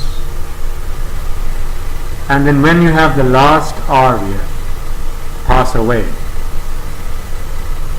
then the Four Noble Truths are no longer available to this world.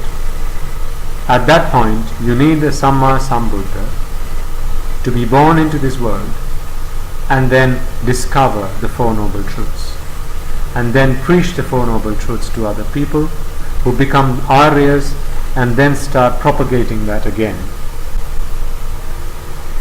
So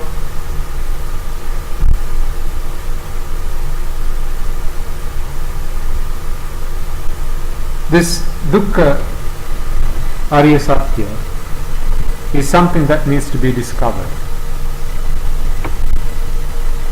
So we find that we are attached to things. We listen to the Dhamma, but we are unable to let go.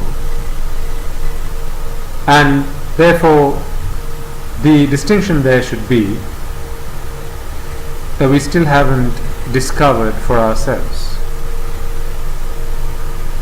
This is why, or the reason for this, I think, is because day-to-day life, again going back to the person stood on the bed of nails, they're not seeing the problem. And therefore, even when the solution is right in front of their eyes, they're not seeing it as a solution to the problem.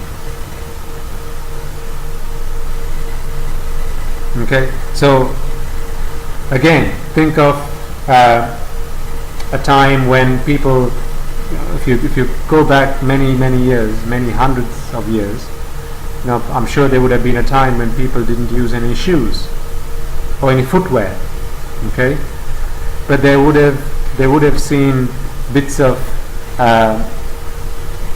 tree, bits of old pieces of cloth maybe, or bits of skin that are dried up, that could potentially have been used as footwear, but just looking at it doesn't become the solution unless you have the problem. But once you understand that there is a problem and you understand the cause for the problem, then what happens? The solution becomes obvious. So the Lord Buddha did something very similar. This is why the first noble truth is always dukkha arya satya, because you have to understand the problem. Once you understand the problem, then the cause for the problem becomes obvious. Once you understand the cause for the problem, then the solution to the problem becomes obvious. Once you understand the solution to the problem, then the path to implement the solution becomes obvious.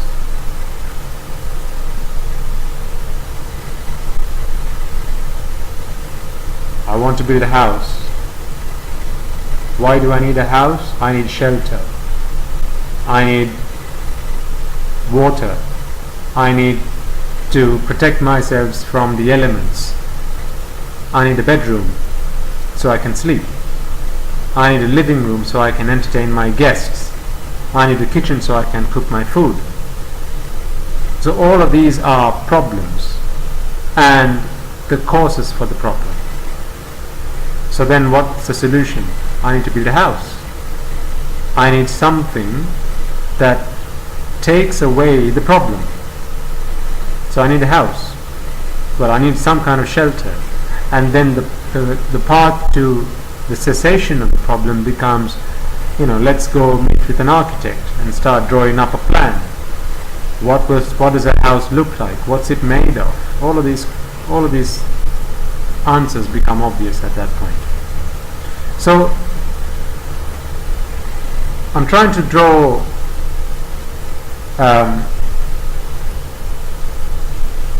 a reference here, because the reason that although we talk about dukkha all the time, we listen to all these dhammas, we practice meditation, it's got to be clear then, it's got to be obvious then, that the reason we still haven't been able to let go is because we're not seeing the problem clearly. I'll give you another example. Think of someone that's a heavy smoker. A heavy smoker feels it's perfectly fine to do that, and they continue smoking until one day they go to the doctor, and the doctor says, hey, you've got this, we've just done the scan and it looks like you've got lung cancer. Now letting go becomes so much more easier, so much more easy, or so much easier. Previously, there was no need to do it. There wasn't, think about it, right? What do you think was discovered first? Lung cancer or smoking? So lung cancer was discovered, smoking was invented, right? Lung cancer was discovered, smoking was invented. What do you think, which do you think came first? I bet it was smoking that came first. People wanted some kind of recreation, a way to recreate, a way to have a laugh with their friends when they get together, do something common. Because this is one of those things I think you'll find in psychology. People like to find their equals, because then it's easy to match. Because when you're with someone that's less than you, what I mean by that is in terms of social standing, you don't quite feel like you fit. Really simple example. Think of a time when you've gone out with your colleagues and everyone there is your junior. So you are the most senior person, everyone else is your junior. Isn't there a tiny tinge of I don't quite fit in this social circle? Do you not feel that? Do you not feel like I have to conduct myself in a certain way? Are you not always mindful of, a lot more mindful than you would otherwise be about what you say, how you conduct yourself, because you're thinking, everyone's looking at me, and they're going to take me as an exemplary. And also the opposite is true as well. When everyone you're out with is your senior, so you're the most junior person, again you're thinking, well, everyone's still watching me and I've got to behave myself, because one wrong word can result in serious consequences. I could lose my job, for example.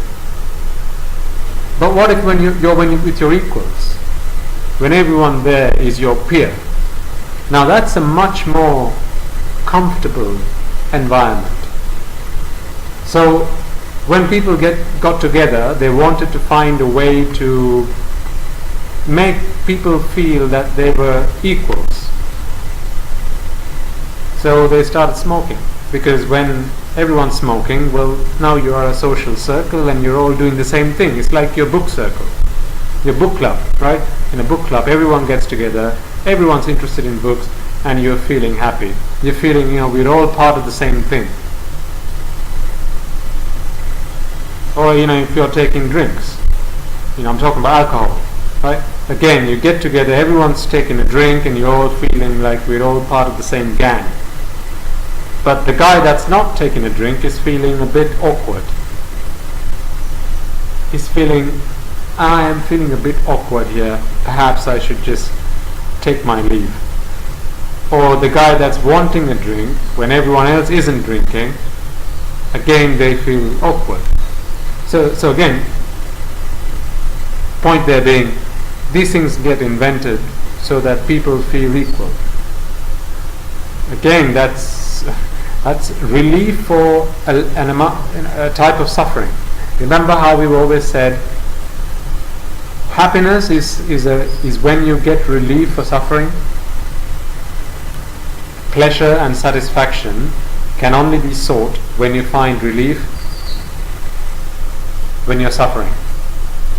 So if not being among your equals brings a level of tension into your minds, then people will undoubtedly look for a solution to that problem. So anyway, I was sidetracking there. Coming back to my question before. So I think smoking was invented first, and then came lung cancer, was discovered. So when smoking was invented, people did that, so people smoked, and then there was the treatment for lung cancer. I think there are quite a few natural remedies that exist. Well, I don't know if they cure lung cancer. People, some people say, but I think there's a drug called quinine I've heard of. I don't know how much it cures lung cancer. As far as I know, cancer cannot be cured, but that might just be my ignorance.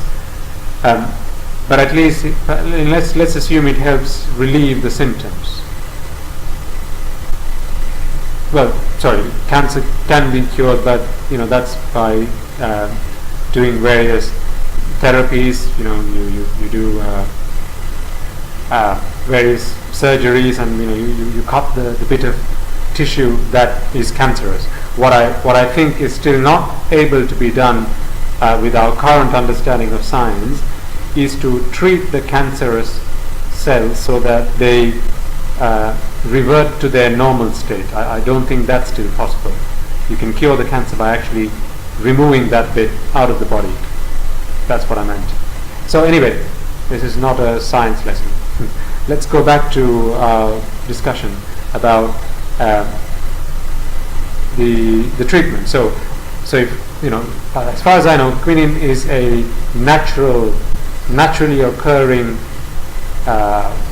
plant, or a product or a byproduct of a certain plant, and that exists. But that people don't give it value until they realize that I've now got a problem, that is cancer, and then all of a sudden quinine has great value. I mean, think about rubber trees, tea trees, or tree plantations. Today they're grown in mass, but back when people didn't have a use for it, rubber trees would have just grown in the wild and people wouldn't have cared one bit about it. But today they're of great value. So coming back to the point, that the important point we're trying to make here, no matter how much we invest our time in trying to teach people about Nibbana, no matter how much people go and invest time in meditation, spend time in classes, learn about Abhidhamma, all of that is going to be pretty much all but knowledge, unless you understand clearly, fully, what the problem is. And you're not going to be able to let go unless you understand what the problem is. Why attaching yourself is the cause for the problem.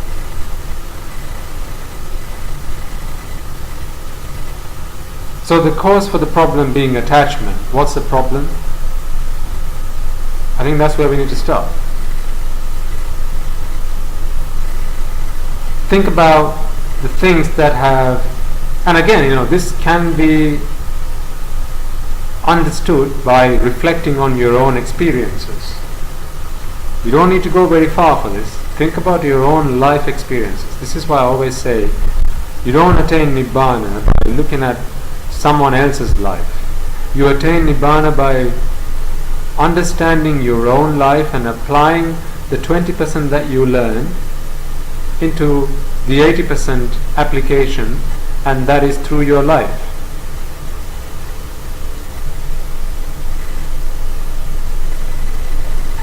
Okay? So you understand, you look at the things that you have associated yourself with throughout your lifetime.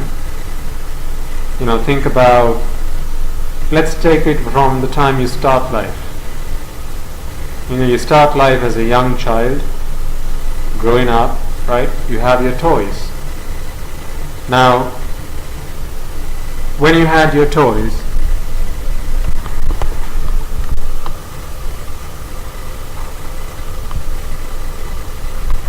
sorry, excuse me one moment.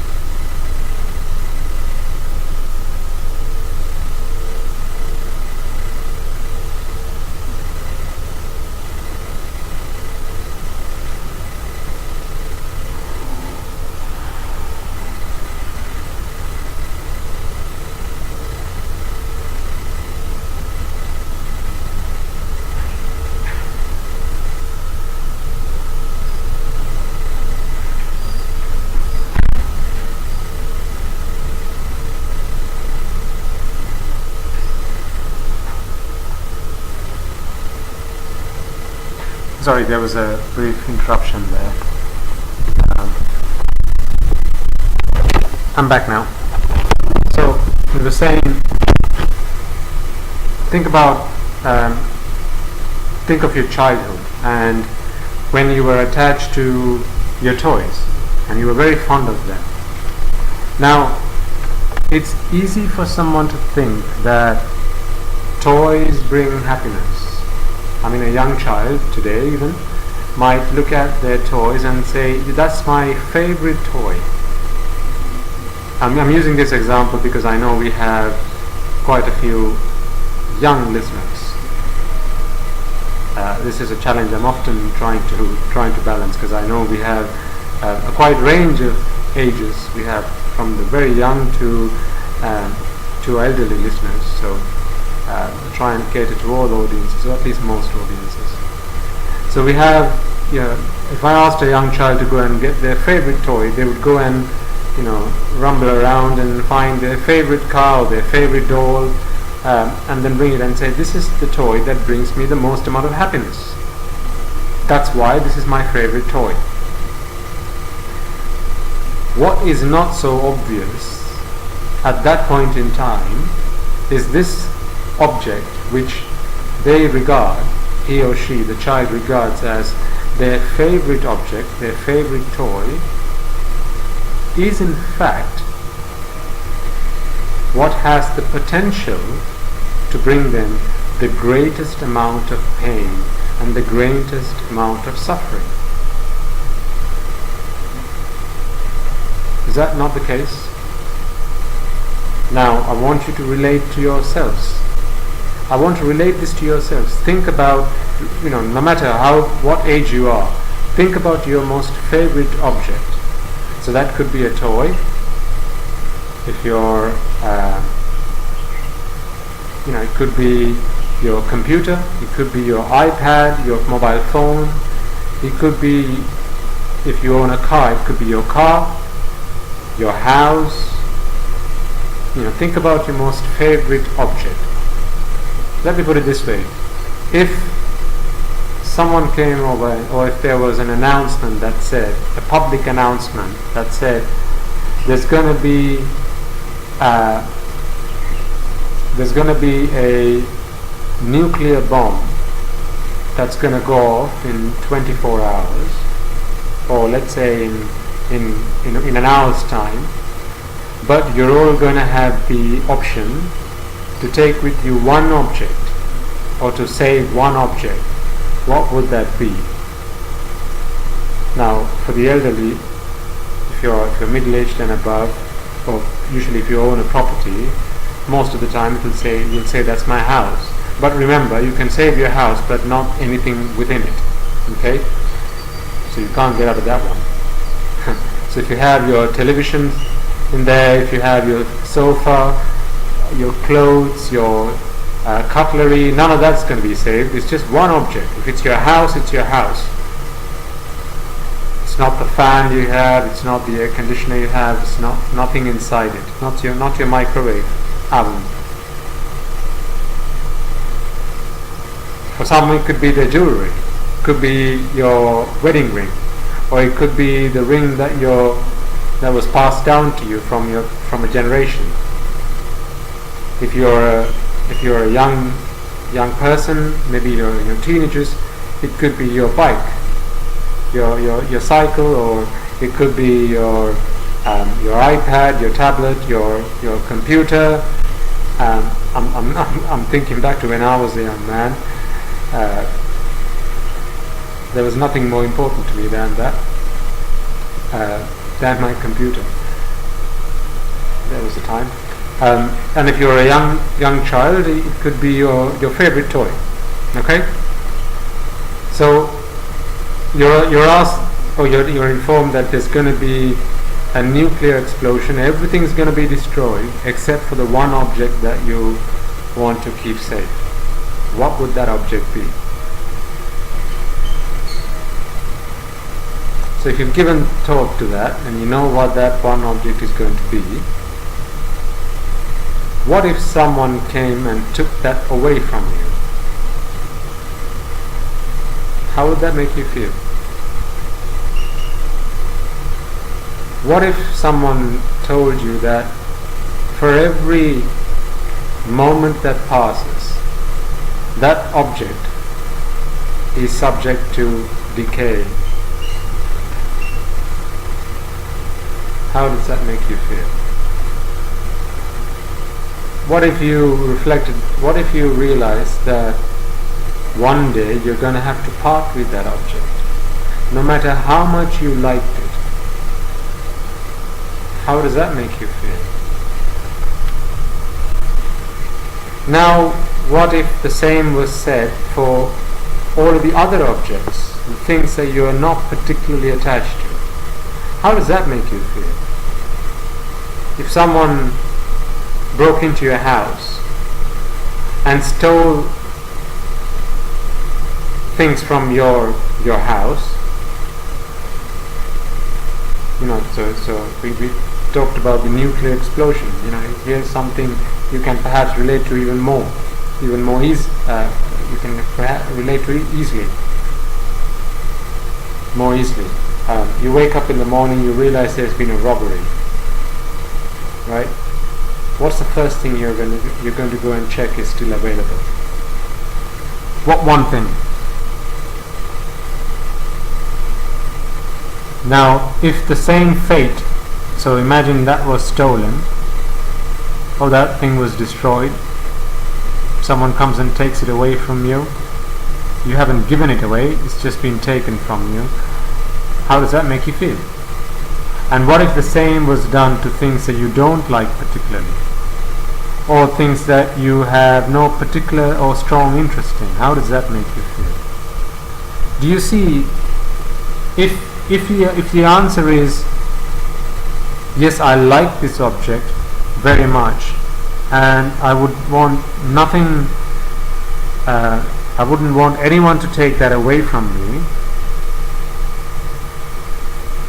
do you realize that it is that very object that you were attached to, that you really liked, and that object that you thought which would give you the most amount of happiness, that is also giving you now the most amount of pain, the most amount of suffering? Did the potential for that not exist right from the start? So if it's a car, right, imagine you have a Ferrari, you really like your Ferrari, it's a red Ferrari, okay, the latest model. You think this object is what gives you the most amount of happiness. Every moment you're awake, you're thinking about your Ferrari. Every time you walk into your house, if you could look through your garage, you just check, just for peace of mind, you check to make sure it's still there. You know that feeling when you first get something, your first bicycle? Every moment you walk past it, right, you just make extra sure that it's still there, unharmed. You do that, right? You do that to your Ferrari. But if that object was taken away from you, so your car was taken away from you, how does that make you feel? Now, have we not seen plenty of examples where cars are indeed stolen? Cars are indeed broken into, damaged in an accident, damaged due to natural disasters, sometimes due to your own fault. Did the potential for that unfortunate incident not exist the very moment you drove that car to the showroom? It did. The potential for that car to be stolen, to be broken into, to be damaged as a result of a natural incident, a natural disaster, always existed right from the start. But we didn't want to look into that. We didn't see that. Because all we were interested in is how this car is going to bring me happiness. And so without us knowing, without our understanding, the one thing that we thought was giving us the greatest amount of happiness, the most happiness, the one thing that we thought was the purpose of my existence,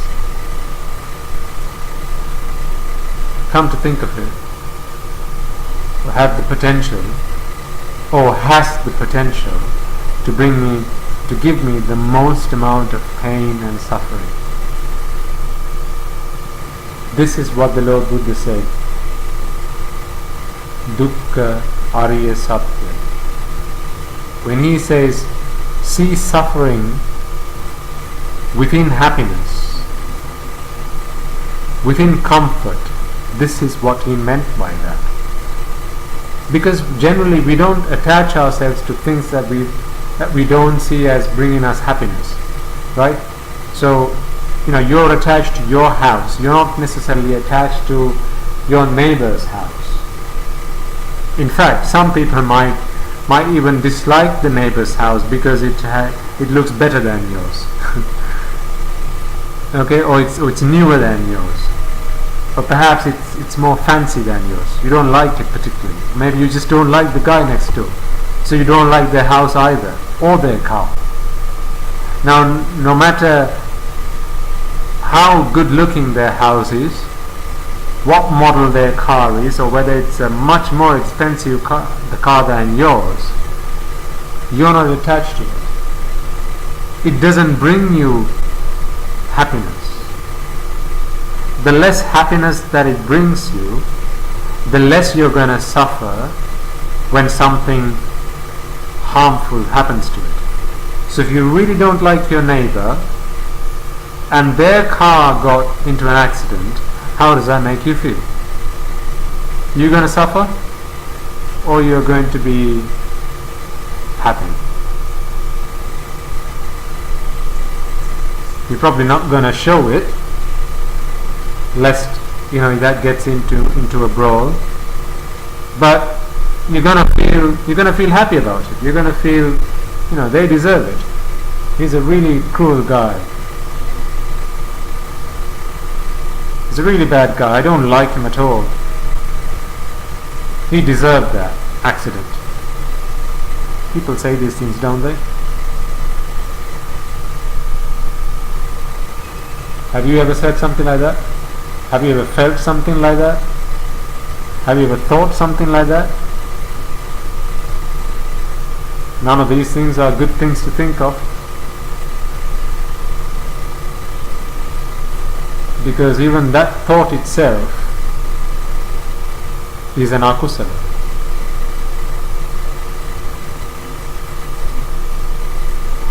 Because it comes into vyapara, aversion, falls into aversion, which is one of the dasa akusala, and one of the dasa akusala that can take into hells.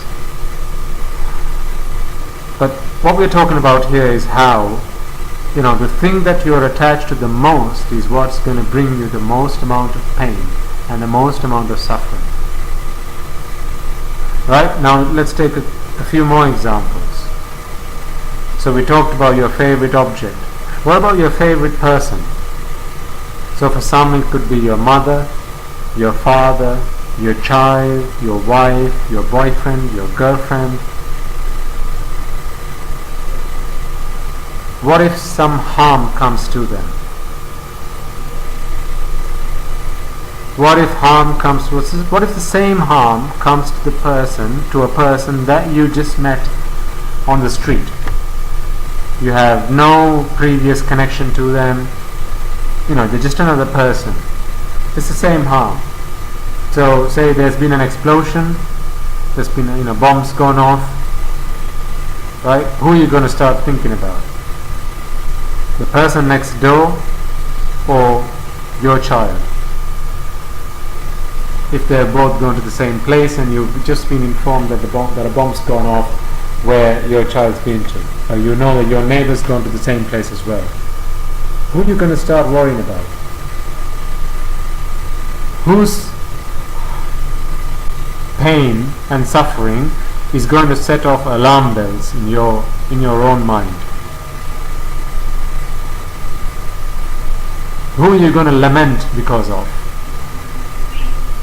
Who are you going to cry and weep on behalf of? Is it not the person that you are so attached to, you are most attached to? So do you not see how it's a person that you are most attached to, that you are most affectionate to, that the person that you love the deepest, that brings you the most amount of pain? Okay, so you're probably thinking, he's talking about this, the Swaminathan is talking about a bomb going off. When does that ever happen around where I live? Okay, fair enough. What about other things? What about old age? Do you know someone who's escaped old age or aging, the aging process? I'd like to know. Do you know someone that's escaped death? Would you care to introduce them to me? I'd like to find out how they managed to do that. Do you know someone that is immune to every disease there is? Do you know someone who's immune to injury, poisoning, who's immune to fire? Don't these things happen? Anyone? Do you know someone who's immune to accidents on the road? Well, if you do, then surely you've got to find out how that person did all of that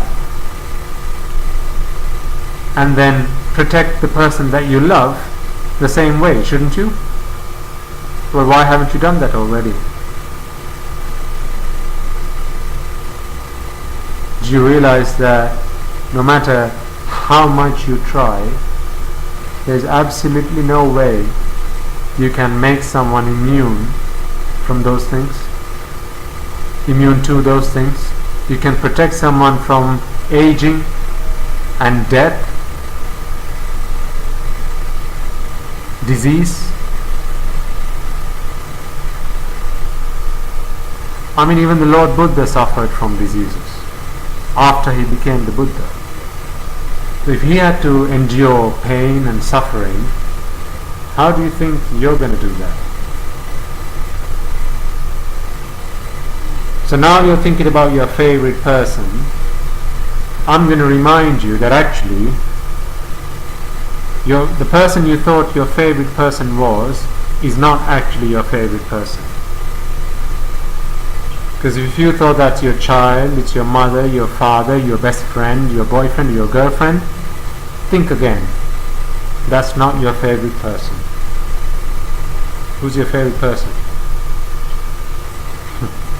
They're standing right in front of you. Go look in the mirror. That's your favorite person. How do you know?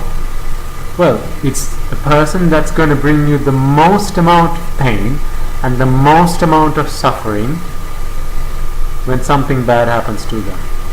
See, that's the most simple way to find who it is that you love the most, who it is that you like the most, what object are you attached the most to, what one object do you like or love the most. The simple test is which object, which person is going to bring you the most amount of pain, the most amount of suffering if something bad happens to them or to it. Do you realize that that statement alone is enough for someone to realize, well, isn't the opposite true as well? Or in fact, the reverse true as well?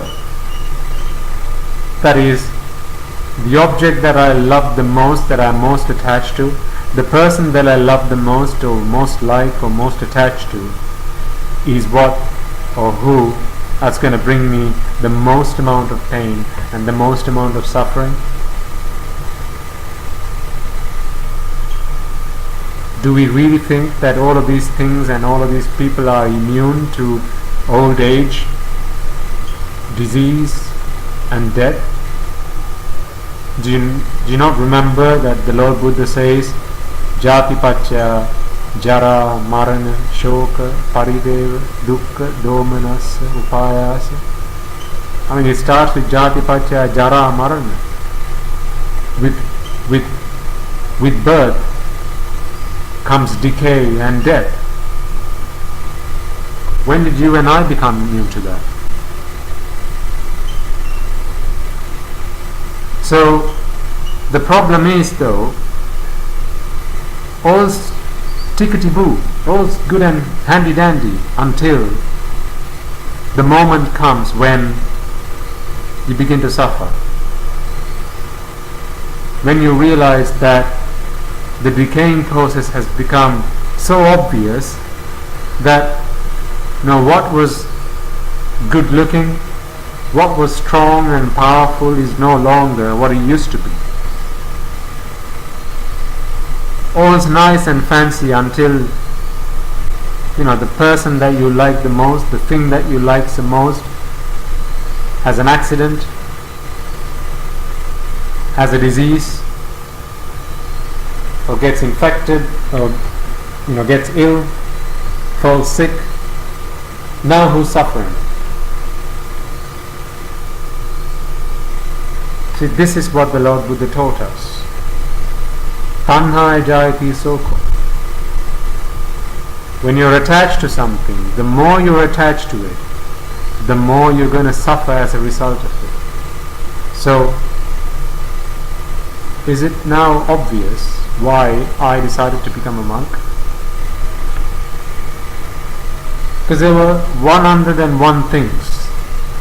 There were 101 things that I was attached to as a lay person. I was attached to family.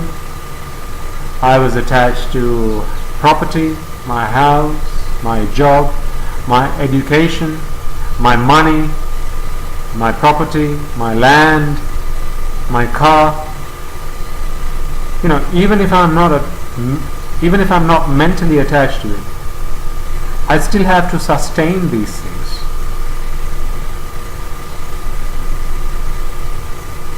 But now, all that I have, all that I possess,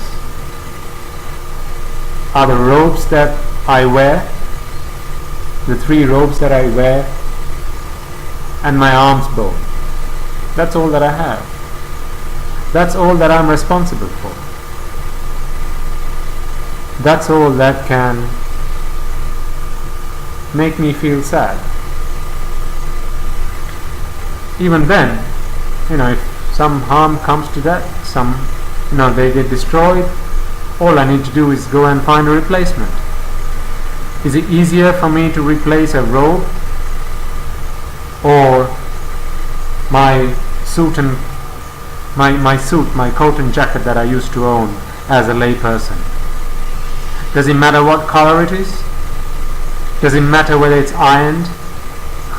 Does it matter whether it's pressed? Does it matter that it's not the latest fashion? Not where I am at the moment, not where I am right now, but where I used to be. All of those things mattered. Why? Because society expected those things from me. I had to keep up appearances,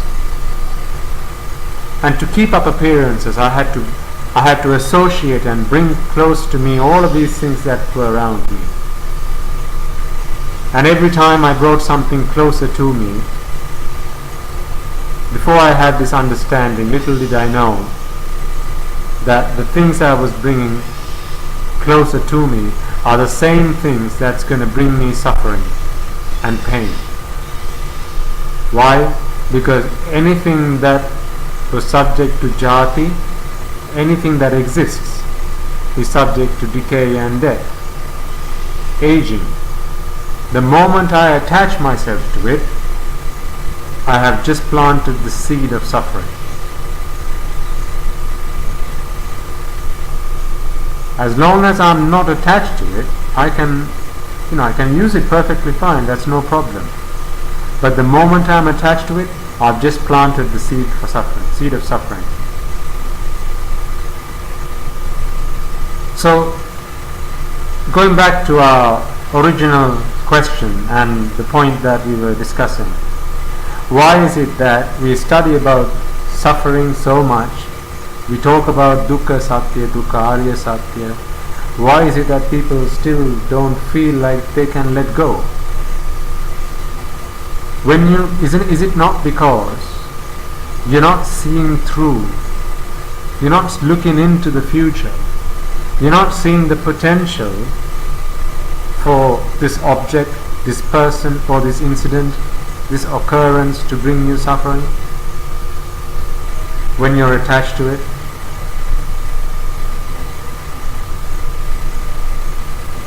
What about your child? Is there no potential there for you to suffer as a result of your attachment to your child? Are you sure they're immune to all types of diseases? What kind of insurance can you take to ensure that your child doesn't die young? What insurance can you take to ensure that your child doesn't die before you? I'd like to know. What insurance can you take to ensure that your child will no longer be subject to disease? And to children out there, what insurance can you take to ensure that your parents don't die? Do you not realize that's going to happen one day, for sure? It's written in stone. It's absolutely going to happen. There's nothing that can stop it. The problem is, when that happens, are you ready for it? When that day comes when you have to say goodbye, are you ready for it? Will you be able to stand on your own 2 feet, control yourself, be able to look at the situation and reflect on the fact that this is happening to them, it's going to happen to me pretty soon, this was going to happen someday? Yang kinchi samude dhammang sabbantan nirodha dhammanti. Are you going to be able to reflect on that? If anything comes into rise due to causes, all of those things, when the causes cease to exist, will cease to exist. Are you going to be able to look at your parents on their deathbed and think to yourself, reflect on the fact that all I'm looking at is the result of causes that once gave life to this person and sustained their life? Now those causes have ceased to exist, and therefore the result, which is this life, is going to cease to exist. Do you think you'll be able to do that? Because if you don't understand it, if you don't get the feeling behind it, if you can't relate to it, then no amount of reading about it in the Tripitaka, no amount of listening to Dhammadesana, sermons, no amount of looking at obituaries is going to make sense in your own head, in your own mind, that this is going to happen to me as well. And when that day happens, when that day comes, am I prepared for it? Am I ready for it? And parents, think about your children. If that day ever does come when you're stood in front of your child's coffin and they're in there, you're going to be able to bear it? You're going to be able to tolerate that? Are you going to be able to look at it and go and think to yourself, Yang kinchi samude dhammang sabbanta nirodha dhammanti? You're going to be able to reflect on that Dhamma and not be overtaken by grief, not be completely destroyed at that moment in time You going to be able to do that? Because if not, then where is your understanding of Dhamma?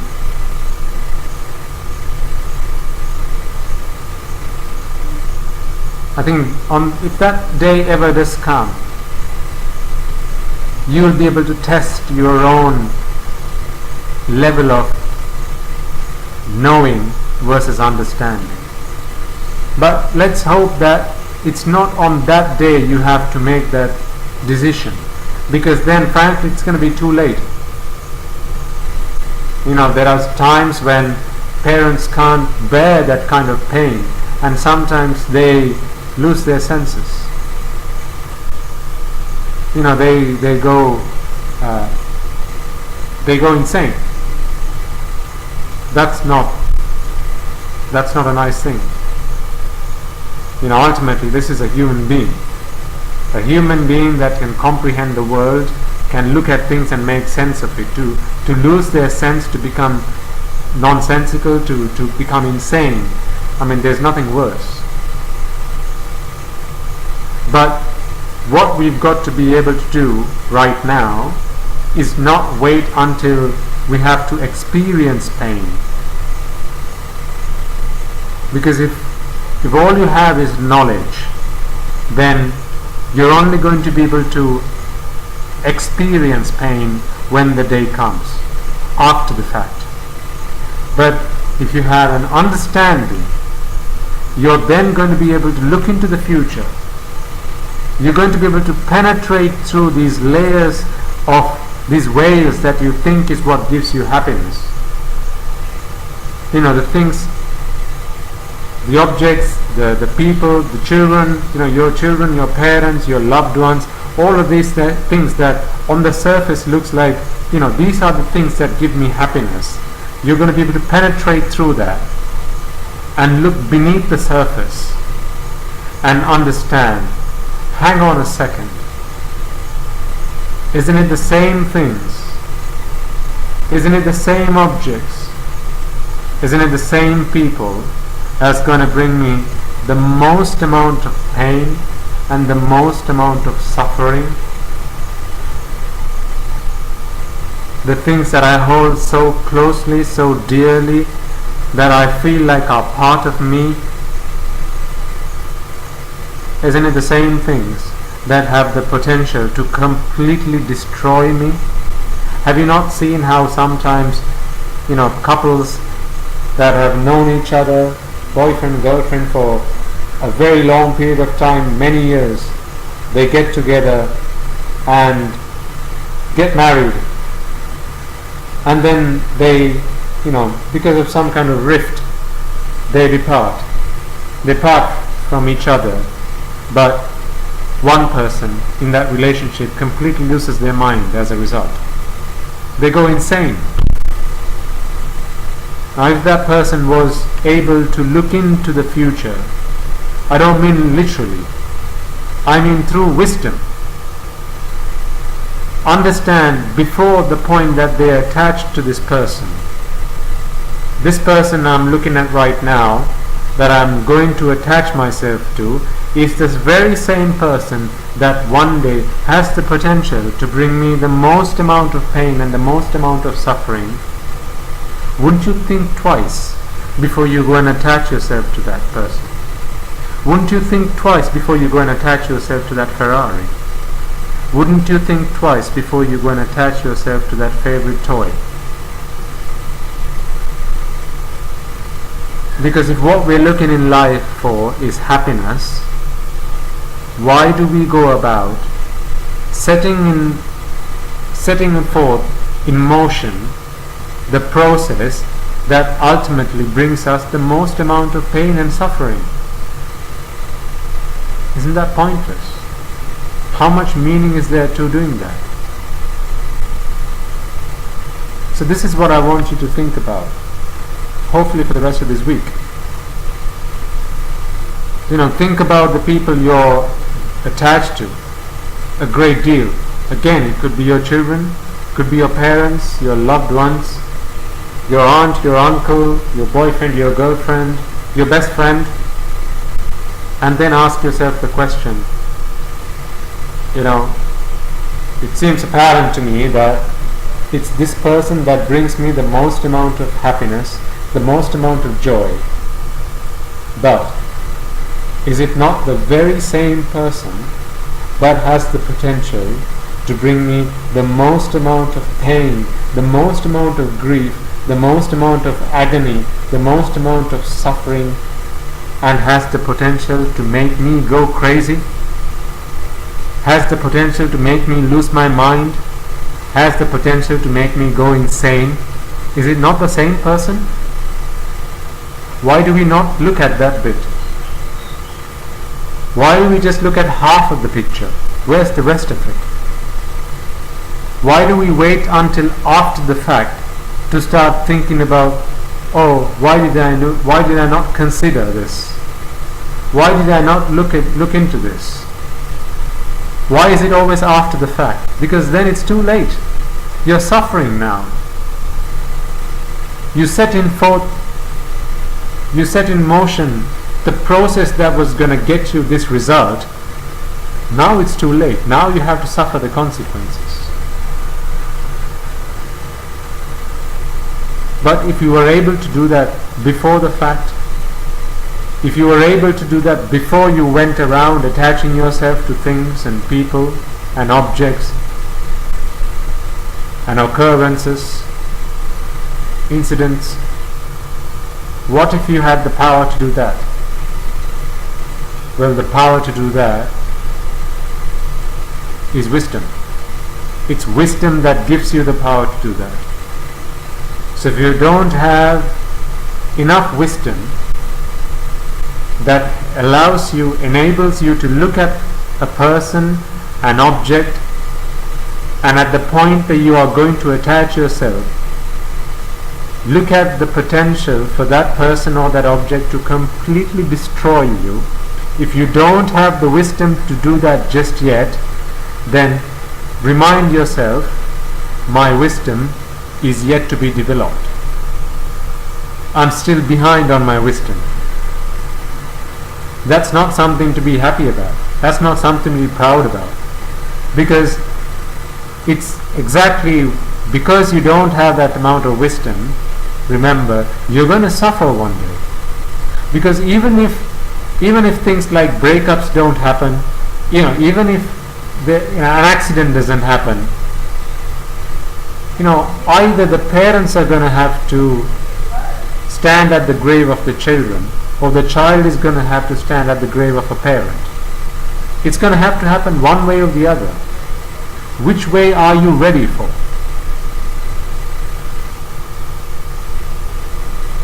It's going to happen at least one way or the other, and sometimes both.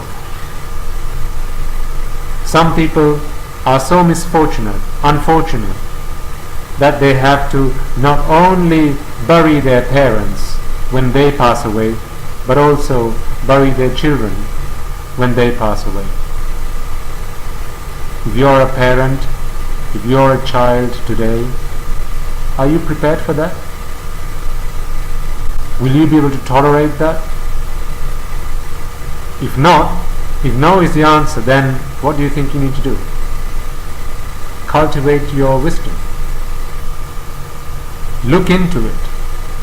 Understand that the moment I attach myself to something, the moment I deem that this one person, this one object is what brings me the most amount of happiness, this one person, that same object is what's going to bring me the most amount of pain. In fact, especially for the young people listening to this, I'll give you an exercise to do.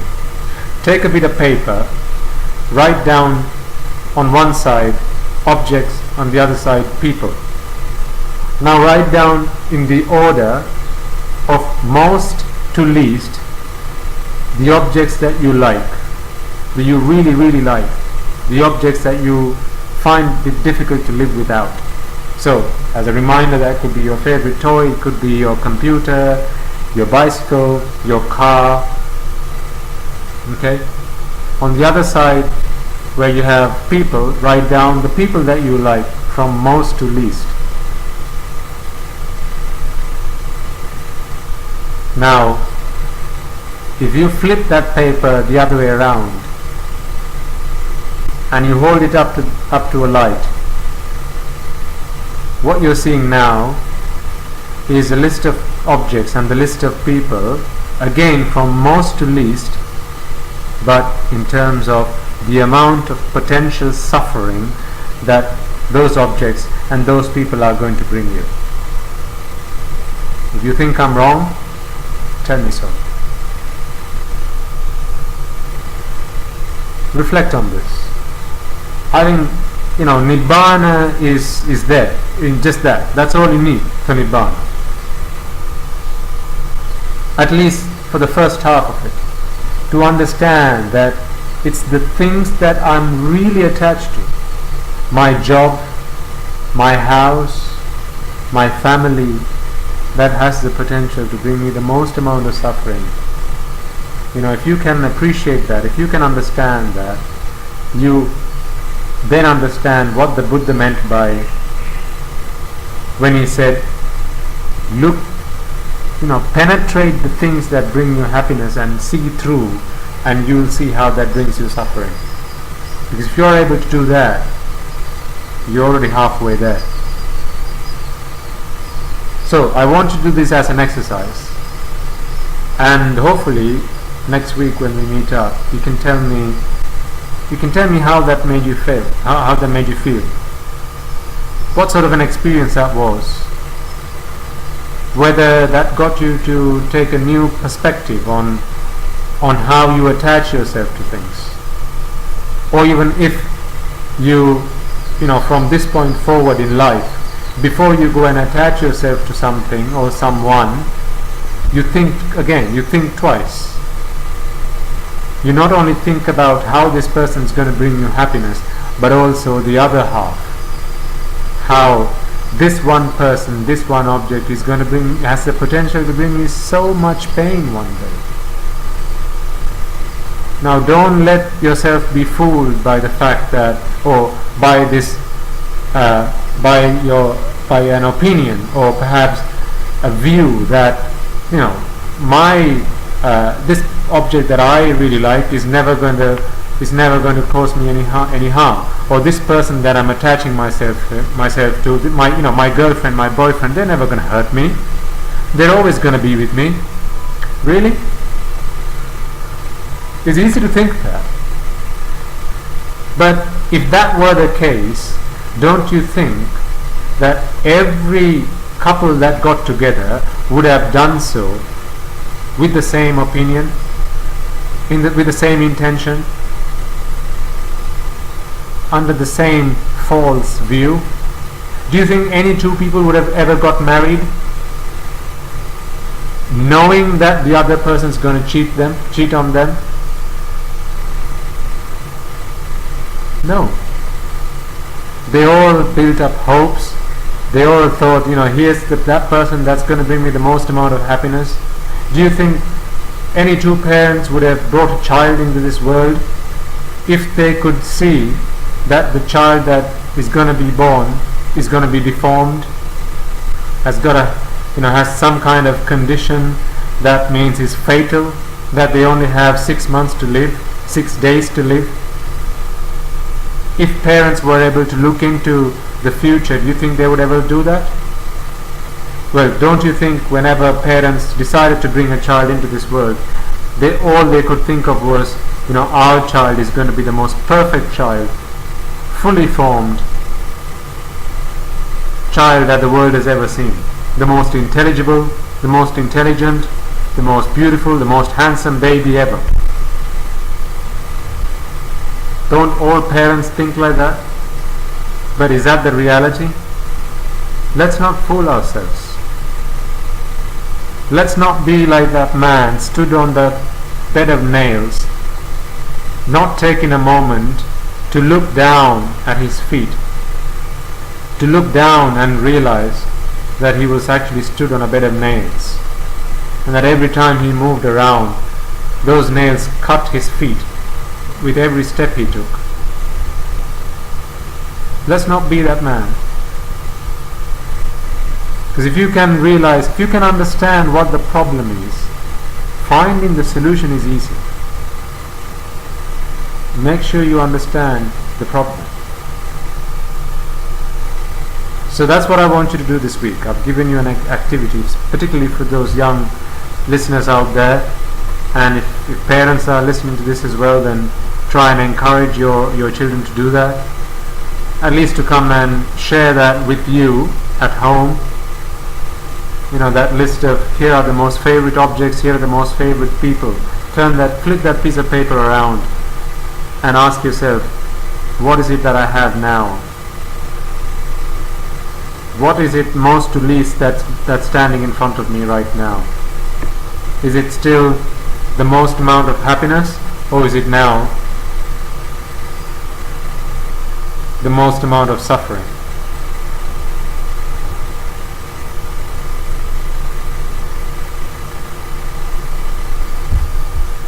So, I hope today's session has been useful.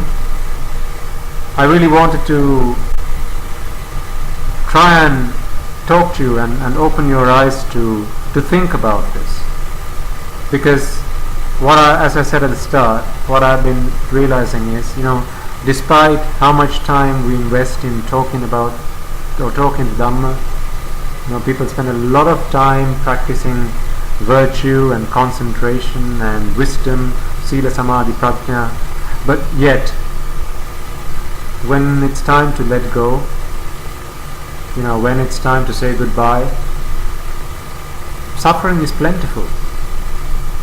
So then you really have to beg, it begs the question, how much Dhamma have you really understood? What's the point of knowing Dhamma? Let's not be a potila. Let's not be a potila that was insulted by the Buddha. Don't be that person. Be someone like Venerable Assaji, the great Assaji, who said to Upadissa, I know very little Dhamma. I'm an Arahant, yes, but I know very little Dhamma. Be someone like him. You only need to know very little. You only to understand the Four Noble Truths. Once you understand the Four Noble Truths, there is nothing that can stop you from achieving that result, that is Nibbana. And so I hope and I wish and I pray that the merits that we have all accrued by listening to this Dhamma and in preaching this Dhamma help you all achieve that fruit, that is Nibbana. And I hope you all join me in passing those merits to the Devas, the Brahmas, and everyone else that we invited at the start to join us. May all beings accept the merits that have been accrued, and may all beings achieve the ultimate bliss, the supreme bliss of Nibbana in this birth itself. Samma Sambuddhi Saranai, Thero Saranai.